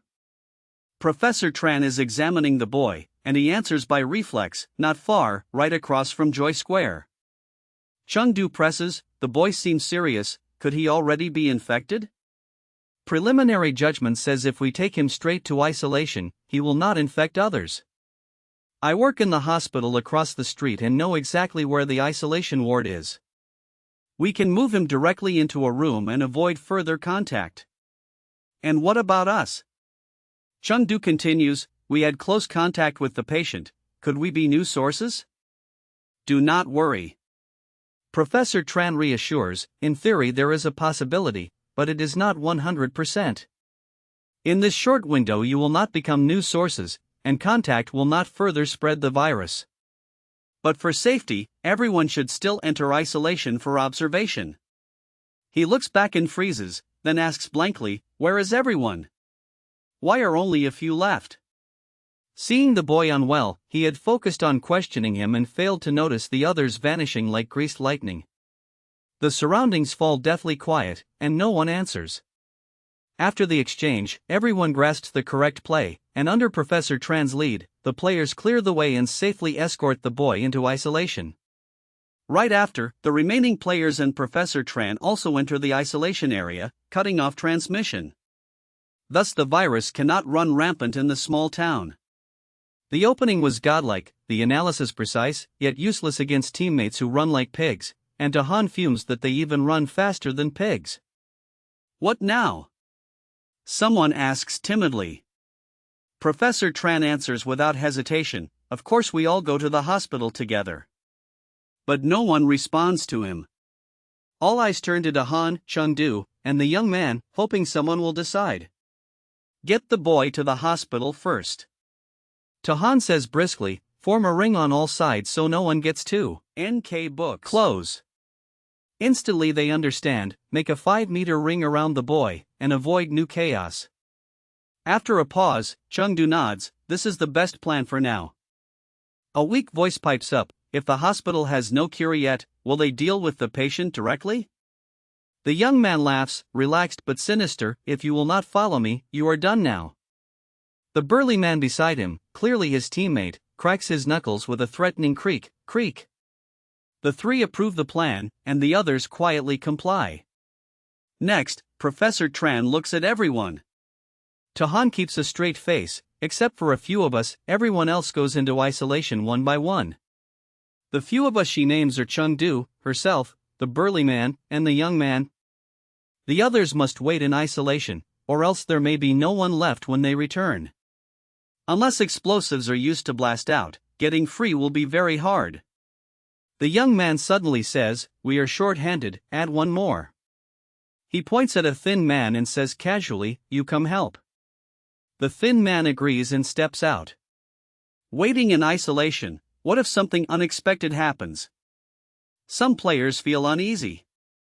Chung-do counters, "With so many people, what is there to fear?